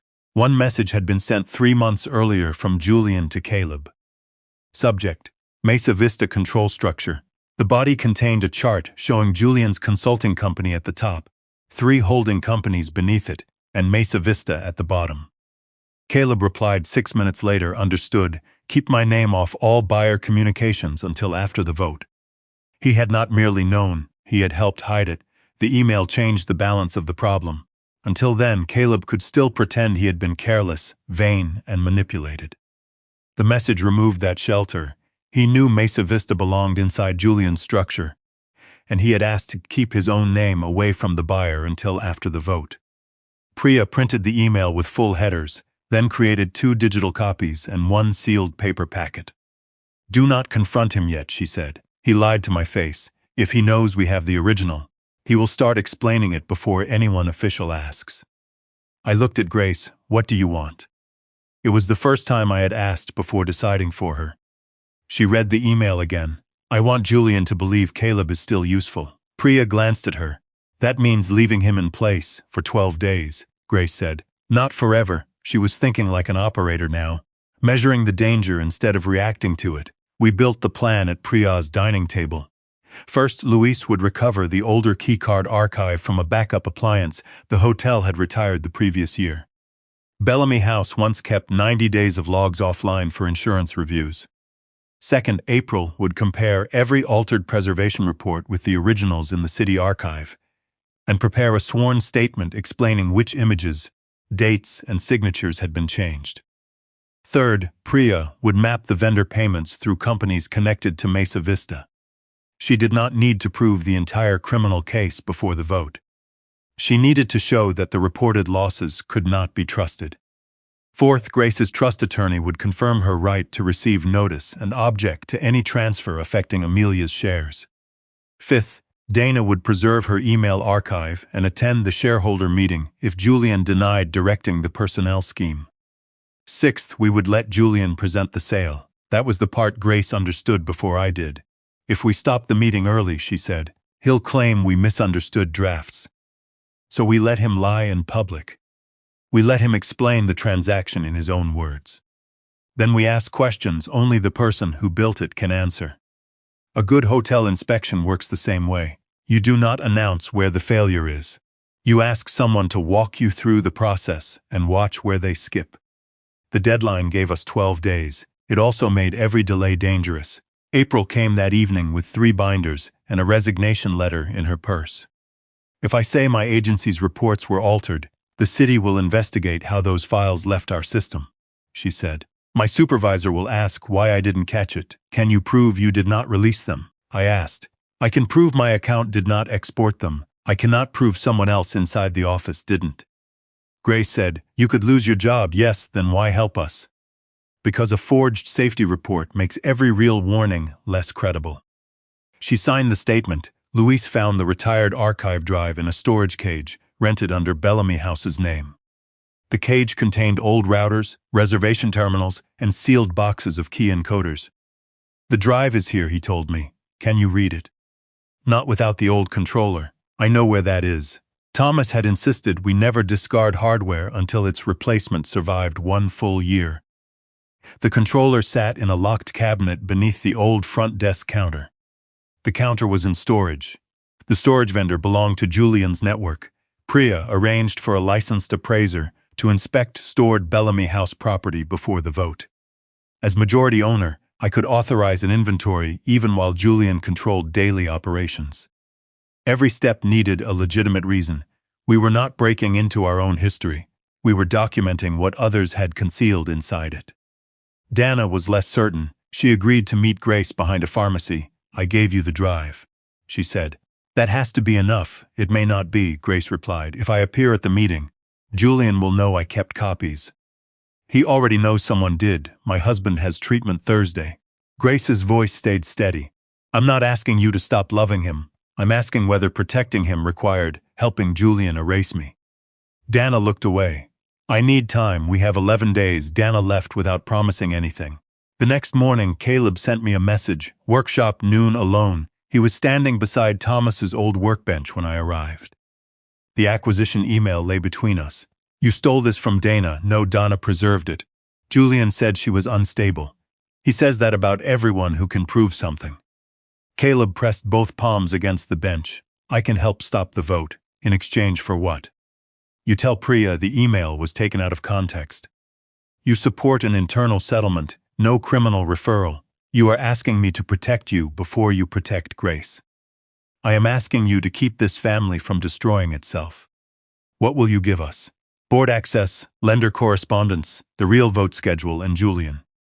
I can keep him from moving it earlier. The wording caught my attention. Has he discussed moving it? Caleb did not answer. I will not promise immunity, forgiveness, or your position, I said. I will promise that the truth you provide will be recorded accurately. That is not enough. It is more than you gave Grace. His face hardened, then my phone rang.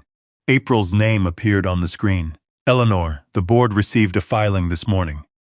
Julian is requesting an emergency review of your cognitive capacity. I closed my eyes. The filing attached excerpts from my rehabilitation notes, Grace's disciplinary record, and statements from employees who had never met with me privately. Julian had turned every limitation into a diagnosis and every objection into a symptom. He was not trying to prove I was confused. He was trying to make resistance look like confusion. When? Hearing in 48 hours, he wants your voting authority suspended until a physician clears you. Across the workshop, Caleb went pale. He had known Julian might attack me, but judging by his face, he had not known it would happen this soon. The emergency review lasted 43 minutes. Julian attended by video from my office at Bellamy House. Caleb sat beside him, though he kept his eyes on the table. Dana appeared from a separate screen. 3 board members joined from their homes, each looking uncomfortable enough to mistake discomfort for caution. My physician testified first. She said I was recovering normally from surgery, had shown no signs of cognitive decline, and had managed my own medication and finances throughout rehabilitation. Julian's attorney thanked her, then asked whether pain, disrupted sleep, and prescription medication could affect judgment. Temporarily, she said. In some patients, that was all he needed. Dana read from my recent communications. She described repeated questioning of employees, an unauthorized late-night entry into room 214, and escalating suspicion toward trusted staff. She did not mention that trusted staff had forged my signature. Grace sat beside me in Priya's dining room, listening through the laptop. Her face did not move when Dana spoke. Priya's pen stopped moving. The board chair, Harold Stein, had known me for 22 years.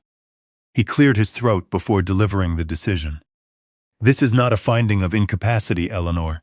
It is a temporary risk control measure. Those words are common in bad decisions. They make fear sound procedural. My voting authority would be suspended for 72 hours. I was barred from entering Bellamy House, contacting staff about operations, or accessing company systems until an independent physician completed a review. Julian retained full operating control. The shareholder vote remained scheduled for 9 days later. I asked one question: who selected the independent physician? Harold looked toward Julian's screen. No one answered. After the call ended, Grace closed the laptop. He planned this before you came back. Yes, you told him about your medication schedule. Yes, you told Dana about Denver. Yes. Every answer was an admission. Grace stood and walked to the window. I waited for anger. What came was quieter. They didn't invent everything, she said.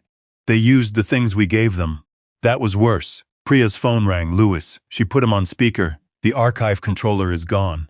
He said, storage says it was collected this morning under an executive disposal order. Signed by whom? I asked. Calb. Grace turned from the window. Can we recover it?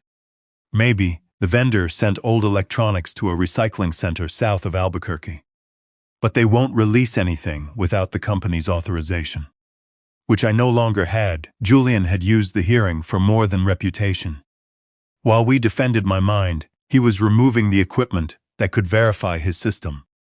Priya opened the encrypted copy from room 214. The main directory loaded. Vendor files opened.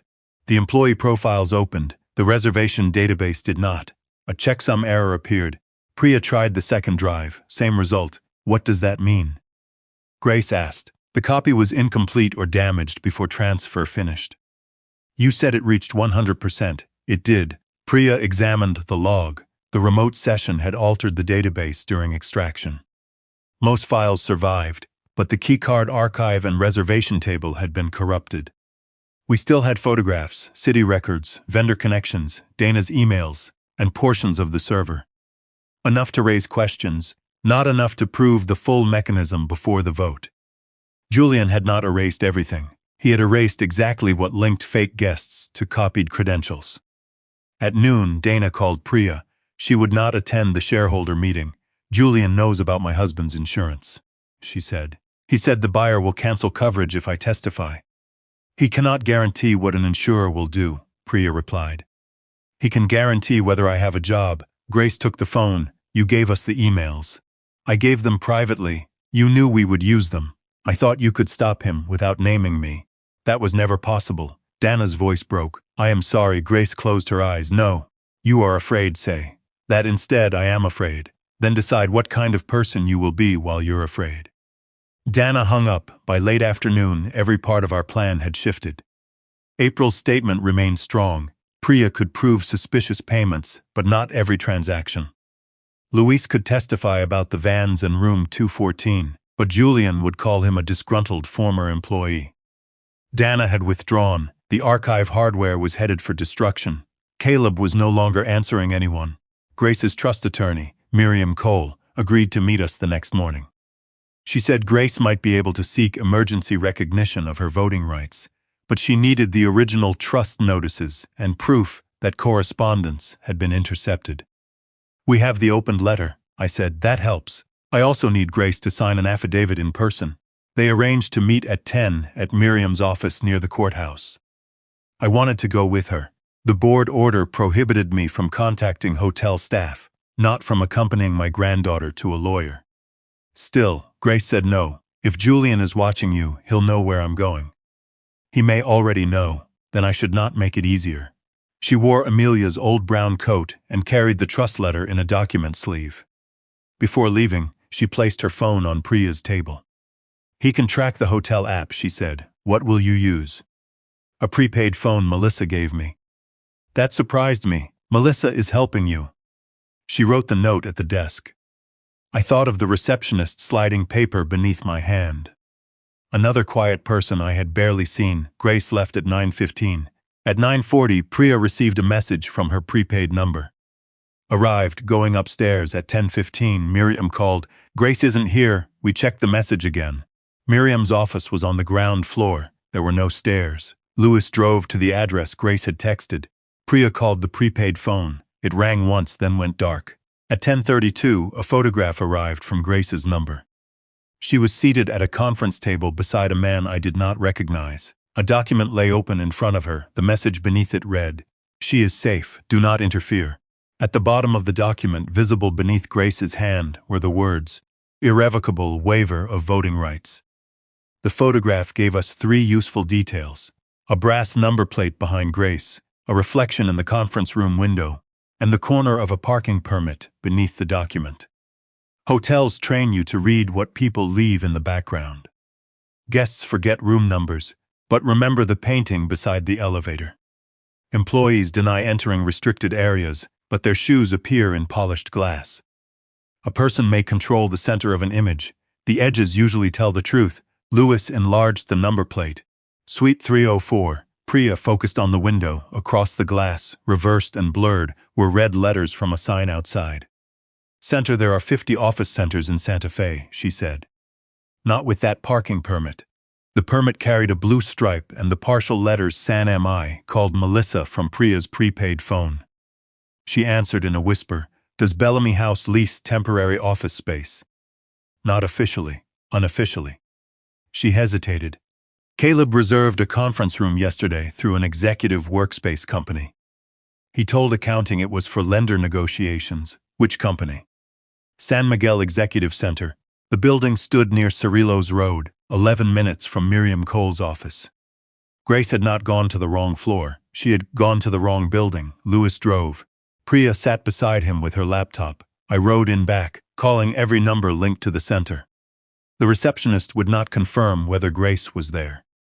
"Client privacy," she said. "Then confirm whether Bellamy House rented Suite 304. I cannot disclose client information. I am the majority owner of Bellamy House. I'm sorry." "Ma'am," the apology sounded practiced. I had taught employees to use that exact tone when policy required them to be unhelpful. "Was payment made with a Bellamy House card ending in 2218? "Silence. That card belonged to Caleb." "Thank you," I said, and hung up. Priya turned in her seat. She never confirmed anything. She stopped denying the right thing. At the next intersection, a black Bellamy House sedan passed us traveling north. Louis checked the mirror. Fleet number 12. The photograph of Grace showed a garage permit beneath the waiver. Bellamy House vehicles carried maintenance transponders through a service separate from our hotel network. I remembered the vendor name. Priya called the tracking company and requested emergency location access as the registered owner. The operator required the policy number. I gave it from memory. Fleet 12 was parked beneath the San Miguel Executive Center. We reached the building at 11:23. Louis wanted to go inside. "No," Priya said. "They have a 24-year-old woman in a rented conference room, not a hostage in a basement. If we charge upstairs, Julian will use the board order against Eleanor." She was right. We needed contact, not force. I called Grace's prepaid number. It went to voicemail. Priya studied the photograph and pointed to a black conference phone on the table. "Those rooms use dial-in bridges. The reservation confirmation should include a meeting number." Caleb would have received it. I called him. He answered on the 5th ring. "Where is she?" "She is safe. Safe people answer their own phones." She came willingly to Miriam Cole's office. He did not reply. "You lied about the address," Julian said. "Miriam's firm had a conflict. He arranged independent counsel. The man beside Grace is not independent counsel. He is explaining the waiver. Open the conference line. No. Then I walk into suite 304 and ask why Bellamy House is pressuring a trust beneficiary to surrender voting rights under a false appointment. You are barred from company operations. I am not barred from protecting my granddaughter. His breathing changed. Behind him I heard a chair scrape and a man speaking. Caleb, look at the document beside Grace, who receives her voting authority. A pause. Mesa Vista's designated proxy named. Not on the first page. Turn to the signature schedule. Paper moved, then silence. Who is it? His voice came back lower. Me. That was Julian's design. Caleb would receive Grace's vote, cast it for the sale, and appear to be the family member who delivered the hotel. If anything failed, the documents would place coercion, conflict of interest, and unauthorized control in his hands. What else is in the packet? Priya asked loudly enough for him to hear. Caleb turned pages. There's an indemnity statement, a representation that I disclosed all buyer relationships. Did you? She asked. No, then Julian has prepared a confession for you too, I said. For the first time, my son sounded afraid. What do you want? Open the conference line. A tone sounded from Priya's laptop 30 seconds later. Then the room appeared through audio. Grace's voice was faint. I need more time. The man beside her replied, the trust deadline is today. Delay may result in your grandmother's removal and personal liability. I spoke. Grace, everything stopped. Grandma. I'm here, the man said. This is a private legal consultation. No, Caleb said from inside the room. Keep the line open. Grace sounded close to tears. They said if I don't sign, Julian will prove you're incompetent and the lender will take the hotel. That is what they want you to believe. What should I do? Every instinct told me to answer immediately. Sign nothing. Leave the room. Listen to me. That instinct had helped create the distance Julian used against us. So I said something harder. I was wrong to decide what you could survive. I was wrong to treat my fear like your limit. This decision is yours, Grace. Ask every question, read every page, then choose without protecting me. The room remained quiet. Grace inhaled slowly. Then I heard paper sliding across the table. I'm not signing, the man began objecting. Grace repeated it. I said no. A door opened. Footsteps crossed the room. Caleb returned to the line. I'll send Priya the original email archive and the board access link, he said. Everything Julian gave me. You understand that may incriminate you. I understand what happens if I don't. Priya's laptop chimed. An email arrived from Caleb with attachments and a live meeting invitation. She opened it. The shareholder vote was no longer scheduled for Friday afternoon. Julian had changed it that morning. The meeting had begun 18 minutes earlier. The shareholder meeting had been underway for 18 minutes when Priya opened the live link. Julian stood at the front of the Bellamy House ballroom beneath the same photograph used at the anniversary celebration. Thomas and I smiled from the screen behind him, young enough to believe hard work could protect a family from itself. Board members sat at a long table facing the stage. Department heads filled the first row. Temporary employees stood along the walls. A camera streamed the meeting to remote shareholders and the lender's representatives. He wanted an audience for the version in which he saved us. Bellamy House is not being sold because anyone failed to care, he was saying. It is being transferred because preservation sometimes requires a larger steward. Priya connected Caleb's invitation to the conference system. Grace sat beside me in the back of Luis's car while he drove toward the hotel. Caleb followed in the Bellamy House sedan. On the screen, Julian advanced to a slide labeled Financial Reality Occupancy Decline.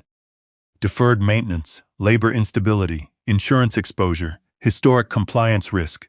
Every category contained a piece of truth surrounded by manufactured numbers. He showed payroll projections inflated by temporary agency fees his own vendors charged. He showed renovation costs for furniture that never entered the hotel. He showed safety risks taken from April's altered reports. Then he displayed Grace's disciplinary file. Succession planning has also been complicated by internal conflict, he said. Out of respect for the Bellamy family, I will not discuss private medical details. He did not need to. The suggestion did the work. He's making me part of the reason. Grace said, he made both of us part of the reason, I replied. My photograph appeared next, taken at rehabilitation while I stood between parallel bars. Julian described me as the visionary founder whose health now required protection from operational stress. He was not calling me incompetent. He was asking the room to be kind enough to remove me. We reached Bellamy House through the loading entrance. Melissa had left the service door unlatched and placed a linen cart in front of the nearest camera. Quiet people had begun counting one another. The board's attorney met us in the service corridor. "Mrs. Bellamy, you are under a temporary access restriction. I am attending a shareholder meeting concerning my property. Your voting authority is suspended. Mine may be," I said.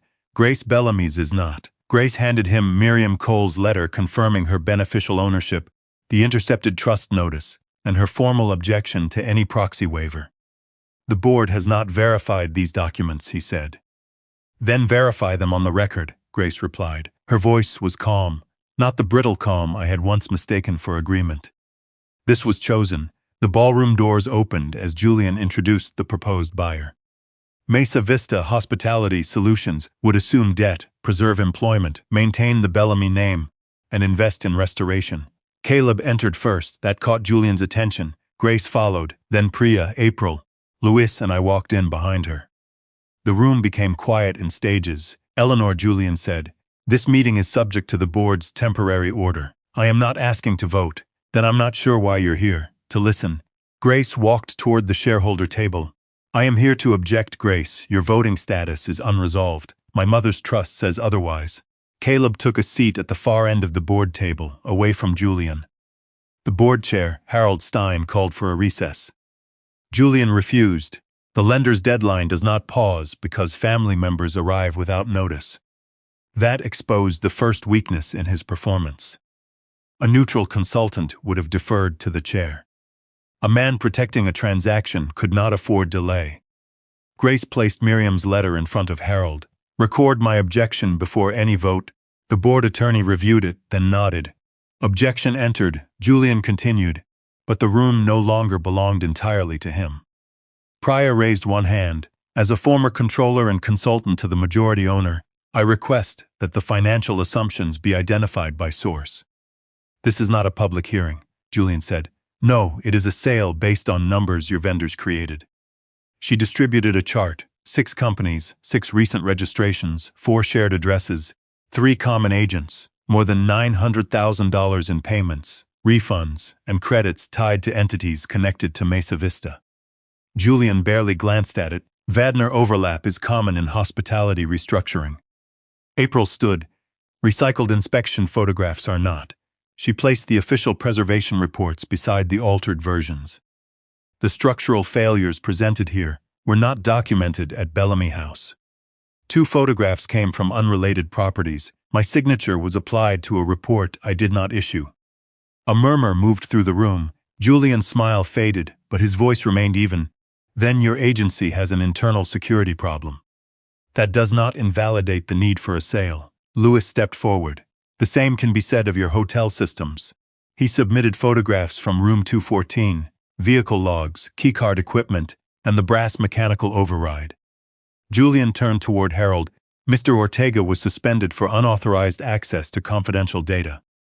Mrs. Bellamy entered a secured room while her judgment was under review. Priya Shah copied a live server without forensic supervision. None of this material has a reliable chain of custody.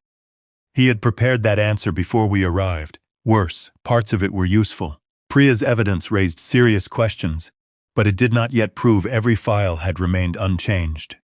April's statement was strong. Louis was credible. Caleb's email could connect Julian to Mesa Vista, but we had not presented it. The meeting had shifted. It had not broken. Julian faced the employees along the wall. "If this sale fails today, payroll may be delayed within 2 weeks. Medical coverage, retirement contributions, and vendor payments could be interrupted. I understand the emotional appeal of family history. I also have a duty to the people whose livelihoods depend on responsible action." He had turned the employees into hostages without using the word. Fear does not need to believe a lie completely. It only needs to believe the truth may arrive too late.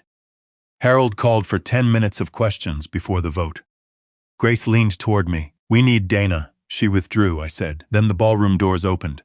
Dana Pike stood in the entrance, holding a silver laptop against her chest. Julian saw her. For the first time since I had met him, he stopped speaking before he had chosen the next sentence. Dana walked to the front of the ballroom without looking at Julian. She carried a silver laptop and a paper folder sealed with red tape. Julian recovered first. Dana, this meeting concerns ownership. Human resources matters can be addressed afterward. No, she said, they cannot. Her voice shook on the first word and steadied on the second. Harold Stein looked from her to Julian. Do you have information relevant to the sale? Yes. Julian stepped away from the podium. Before you say anything, remember your confidentiality obligations. Dana looked at him. You used those obligations to hide fraud. She placed the laptop on the board table. This contains my original email archive, personnel plan drafts, meeting notes, and instructions from Mr. Mercer. I preserved them before he ordered me to destroy the files. Julian turned to the board attorney. Any private employee data must be secured immediately. Priya answered, the archive has already been copied with full headers. Protected information can be isolated without losing the communications. Julian looked at Dana again. The warmth was gone. You understand what you're admitting? Yes, I altered dates on disciplinary notices. I rewrote Grace Bellamy's file to make her resistance appear medical. I intercepted correspondence from her trust attorney. I did it because you told me the hotel would fail, and my husband would lose insurance if I refused. Grace stood beside the shareholder table. Did he tell you to create the confession about room 214? Dana opened the folder. He drafted it. I revised the language. She handed the board attorney 6 versions. The earliest called Grace a material obstacle to transfer preparation. The final version described her as an employee accepting responsibility under a supportive internal resolution. Julian attacked her motive. Mrs. Pike is facing termination for serious misconduct. She has every reason to redirect responsibility. Dana nodded. That is why I kept your instructions. She opened the laptop. The first email appeared on the ballroom screen. Move G. Bellamy away from front desk and event access before trust notice arrives. The second. Use accommodation language. Do not characterize as discipline unless needed later. The third. Room 214 issue can establish documented unreliability. Prepare acknowledgement before founder returns. Another email directed Dana to provide Julian with my rehabilitation schedule and physician information. An attachment listed phrases meant to persuade the board that removing me was compassionate. Protect founder legacy, reduce operational burden, temporary safety measure. I had heard all 3. Julian's attorney rose. These messages require forensic authentication. We cannot accept screenshots as fact. Caleb spoke. They're authentic. Every face turned toward him. He opened the same thread on his phone. I received copies. Julian's voice became colder. Caleb, be careful. I was careful. That is why we are here. My son admitted knowing Mesa Vista sat beneath Julian's holding companies. He admitted asking that his name stay off buyer communications. He admitted signing vendor approvals and authorizing removal of the archive controller. Did you know the losses were manufactured? Harold asked. Not at first and later?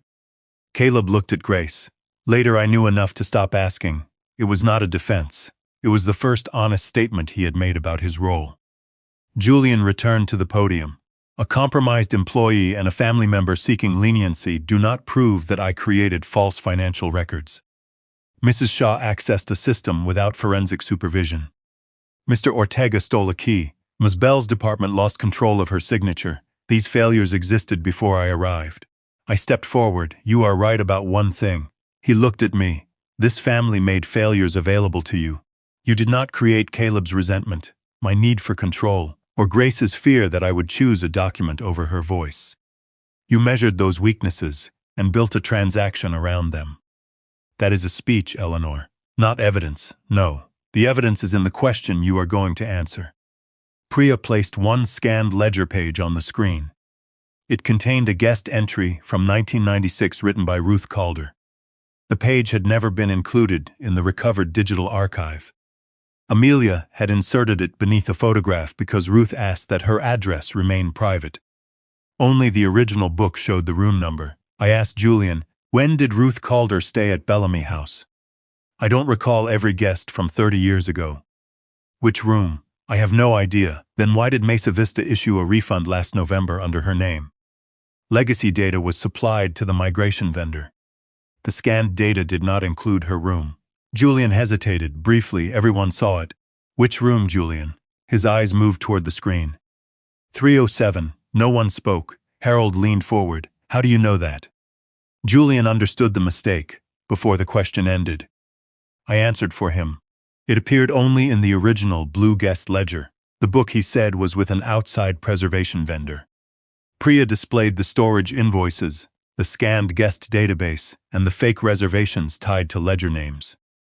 Julian had connected himself to evidence no neutral consultant should have possessed. The board attorney requested that the vote be suspended. Harold called for an independent audit and moved to revoke Julian's operating authority, pending investigation. No one objected. Julian closed his laptop. He did not confess or shout. Men like him rarely become simpler when exposed. As security escorted him out, he stopped beside Grace. You think this gives you the hotel? Grace met his eyes. No, it gives us time to find out what you did to it. That evening, Luis recovered the blue guest ledger from a locked cabinet in Julian's office. Grace carried it to the old wooden counter, returned from storage during the audit. I opened the cover. Guest notes, drawings, recipes, and names filled the pages exactly as I remembered. Then I reached the front. The page Amelia had written on was gone, not torn carelessly. Cut cleanly from the binding, and tucked into the empty seam was a recent photograph of Grace entering room 214 alone. The photograph was meant to poison the victory. It showed Grace entering room 214 alone at 1:14 in the morning. The timestamp looked official. On the back, someone had written, "She built the evidence herself." Caleb read it twice. This is what Julian will use. He'll say Grace staged the room and blamed him when the sale failed. Grace did not defend herself immediately. Were you in 214 that night? I asked. Yes, alone. Yes, why? I followed Dana. 3 months earlier, Grace had seen Dana leave Julian's office carrying the trust envelope. She followed her upstairs, watched her enter room 214, and waited until she left. Grace used an old housekeeping key that still opened the mechanical override. Inside, she found the scanner, copied signatures, and boxes of employee files. She photographed what she could, then hid behind the open wall when footsteps returned. The picture is real, Grace said. The story attached to it isn't. That distinction became the center of the next 6 months. The board hired an outside forensic firm. A judge issued temporary orders preventing any sale, transfer, new mortgage, or destruction of company records. A neutral manager took control of payments while the investigation proceeded.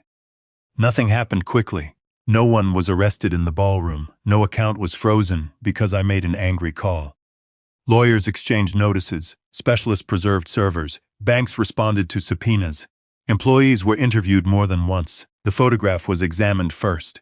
The image was authentic, but its file had been exported through the room 214 server 2 days before the meeting. The accusation used paper from Julian's office and ink matching a pen recovered from his desk. More importantly, the hallway log showed Dana entering room 214 12 minutes before Grace. Dana admitted it. Her testimony did not make her innocent. She had intercepted legal correspondence, altered personnel records, and helped pressure Grace into signing the acknowledgement. But she explained how Julian divided tasks so no employee saw the whole structure. Priya called it organized cowardice. Dana cooperated under an agreement that promised no immunity. She lost her job, received probation, and was ordered to pay restitution connected to the forged employment records. Her husband kept his treatment coverage through a hospital advocate, not through Julian. Fear had made Dana useful to him. Information finally made her useful to the truth. Luis returned to Bellamy House as security director after the independent firm confirmed his vehicle logs, key records, and reports. The hotel paid him back wages. April's agency opened its own investigation. The altered reports had passed through a contractor's temporary account. April was cleared, though she insisted the office adopt two-person verification for historic property reports.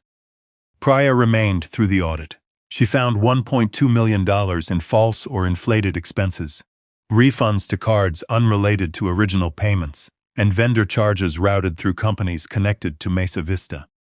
The hotel had real problems: deferred repairs, weak winter occupancy, and an aging booking system. Those truths made Julian's larger lie believable, but Bellamy House had not been insolvent. It had been made to look tired enough to sell. Caleb's part was harder to name. He had not designed the fake reservations or employee profiles. He had approved vendors without proper review, concealed Julian's connection to Mesa Vista, authorized destruction of old equipment, and signed statements he knew were misleading. When investigators offered him the chance to cooperate, he asked what would happen to his ownership. The prosecutor told him that was not the first question he should be asking. The second time, Caleb understood. He turned over his email archive, lender communications, and handwritten meeting notes. He admitted he expected to become president after the sale. He admitted resentment made every warning from Grace sound like more proof that the family protected her. Caleb entered a plea to charges involving false corporate filings and facilitation of fraud. His sentence included supervised release, community service, financial penalties, and restitution. He surrendered his 15% ownership in a civil settlement. He did not spend the rest of his life in prison. He did lose the future he thought he had purchased. Julian fought every allegation. He claimed Dana acted independently. Caleb misunderstood the buyer structure. Priya manipulated files, Louise stole evidence, April protected her agency, and Grace fabricated retaliation after being disciplined. The pattern defeated him. 3 former hotels produced similar vendor networks, altered safety findings, and emergency sales to related buyers. 2 former employees recognized the same employee risk format. A hotel owner in Arizona found names from an old wedding registry used in false reservations. Bellamy House was not his first attempt. It was the first where enough quiet people preserved different pieces. The criminal case continued beyond the first year. Julian was eventually convicted on fraud, forgery, conspiracy, and records tampering charges. Sentencing came later, after victim statements and financial findings.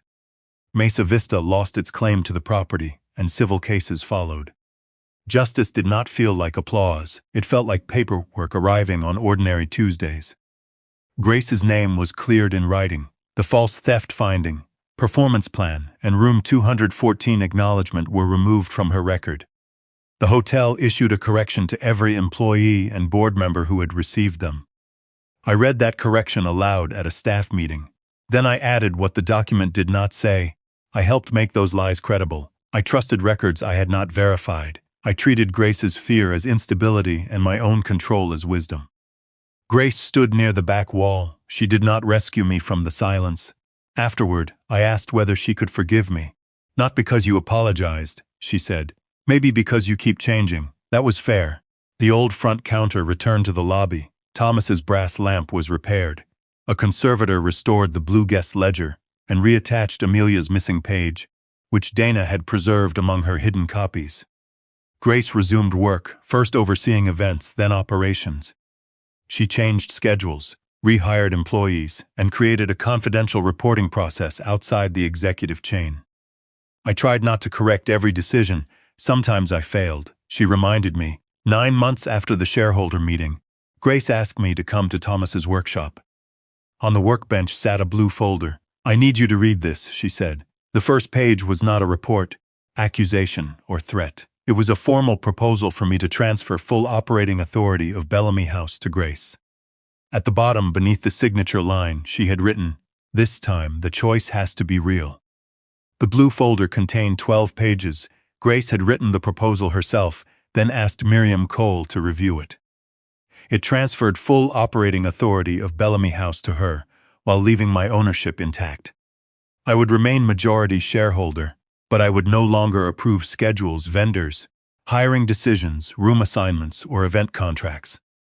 In other words, I would still own most of the hotel. I would no longer run it. There had been a time when I considered those facts impossible to separate. I read every page at Thomas's workbench. Grace stood across from me, waiting without rushing. Afternoon light fell through the high window, across the outlines where his tools had hung. "Do you want changes?" she asked. "Yes," her face tightened. "I want the effective date moved forward. The proposal says next month." I think Monday is sufficient, Grandma. You have been doing the work for 9 months. I am the only person still pretending this is temporary. She looked down at the folder. Are you sure? No, that made her look up. I am sure you are ready. I am not sure I know how to stop interfering. The corner of her mouth moved. That sounds honest. It is also why I should sign before I improve the language. Grace handed me a pen. I signed without changing a word. For the first weeks, I arrived at Bellamy House every morning at 7 out of habit. Grace never asked me to stop. She simply gave me no office. My old room became a planning space for department heads. The brass nameplate went into a display case beside a short note about the hotel's founders. Grace placed a small desk for me in the library. No telephone. I asked, "You have a cell phone? No filing cabinet?" "You are not filing anything. No staff call button." "You are not calling staff." She said it with Amelia's directness and Thomas's patience. I began coming 3 mornings a week, then 2. The hotel did not collapse. Grace ended the temporary agency contracts, rehired permanent housekeepers, and rebuilt the night audit process so no executive could erase key records alone. Melissa became assistant front office manager. Louis rebuilt the access system. Priya trained a new controller who reported irregularities to management and an outside audit committee. Room 214 remained closed longer than any other room. Grace refused to hide what had happened there. She also refused to turn it into a monument to betrayal. The damaged wall was repaired, the server cabinet was removed, the room was redesigned without a bed. It became a private support room for employees. There was a table, comfortable chairs, and a locked cabinet containing information about legal aid, counseling, medical leave, housing assistance, and workplace reporting. Employees could request meetings there without going through a supervisor. Retaliation triggered automatic review. Grace named it the Amelia Room. When she showed it to me, I stood in the doorway. Your mother would have liked this. She would have asked why it took us so long. That too. The blue guest ledger returned to the front desk after restoration. Amelia's page had been reattached inside the cover. Make sure the quiet ones are counted. Grace placed it beneath Thomas's repaired brass lamp. The digital system remained, but it no longer replaced the old counter. Technology served the hotel. It did not erase its memory. A year after the shareholder meeting, Bellamy House held another anniversary dinner. This one was smaller, no investors, no consultant speeches, employees brought their families. Former staff returned, Louis's sons came from college. Dana did not attend, but she sent Grace a handwritten letter. Grace read it privately and placed it in a drawer. Forgiveness did not require reopening every door. Caleb was not there either. He and I spoke occasionally. Our conversations were careful and unfinished. He was repaying restitution and working for a nonprofit bookkeeping program that helped small businesses rebuild damaged records. I loved him. I did not confuse love with release from consequence. Near the end of the evening, I sat beside the courtyard doors. The fountain Thomas restored moved softly in the warm air. Grace stood behind the front desk in a dark blue suit. She no longer wore Amelia's clothes to borrow authority from memory. She had her own. She gathered the evening staff before the shift changed. "Before we finish," she said, "who hasn't been seen?" For a moment, no one answered. Then a dishwasher named Matteo raised his hand. "The new banquet porter is alone in the break room. I think he got bad news from home." Grace nodded. "Thank you." She did not send someone else. She walked toward the service corridor herself. I started to rise, old instinct, old responsibility. Then I sat back down. Grace disappeared through the hallway, where I had once found her on her knees wearing a TEMP badge. Minutes later she returned with the young porter beside her. She brought him water, found someone to cover his duties, and helped him call his sister. No performance, no speech, just attention. When the lobby became quiet, Grace carried the blue guest ledger to me. "Your turn." I opened it to a clean page and wrote, "A place does not belong to the person who controls it. It belongs to the people who are safe enough to be seen inside it." Grace read the sentence. "That sounds like something you learned late." "I learn most useful things late." She closed the ledger and rested her hand on my shoulder. Ready to go home, I looked through the courtyard doors. Evening light rested on the adobe walls. Staff voices moved through the hotel. Somewhere upstairs, a guest laughed. Water continued running in the fountain Thomas rebuilt stone by stone. For years, I believed control was how I kept Bellamy House alive. I was wrong. A family, like a hotel, survives when people are trusted to notice one another, speak when something is wrong, and remain present after the crisis has passed. I stood and took my cane. Grace offered her arm. This time I accepted it without pretending I did not need help. At the courtyard gate, she asked, "Who hasn't been seen?" I looked at her. "You have," she smiled. "Then we walked home together. If this story stayed with you, share it with someone who may be mistaking silence for peace. And if a quiet person in your life has been waiting to be noticed, do not wait for perfect proof before you begin listening."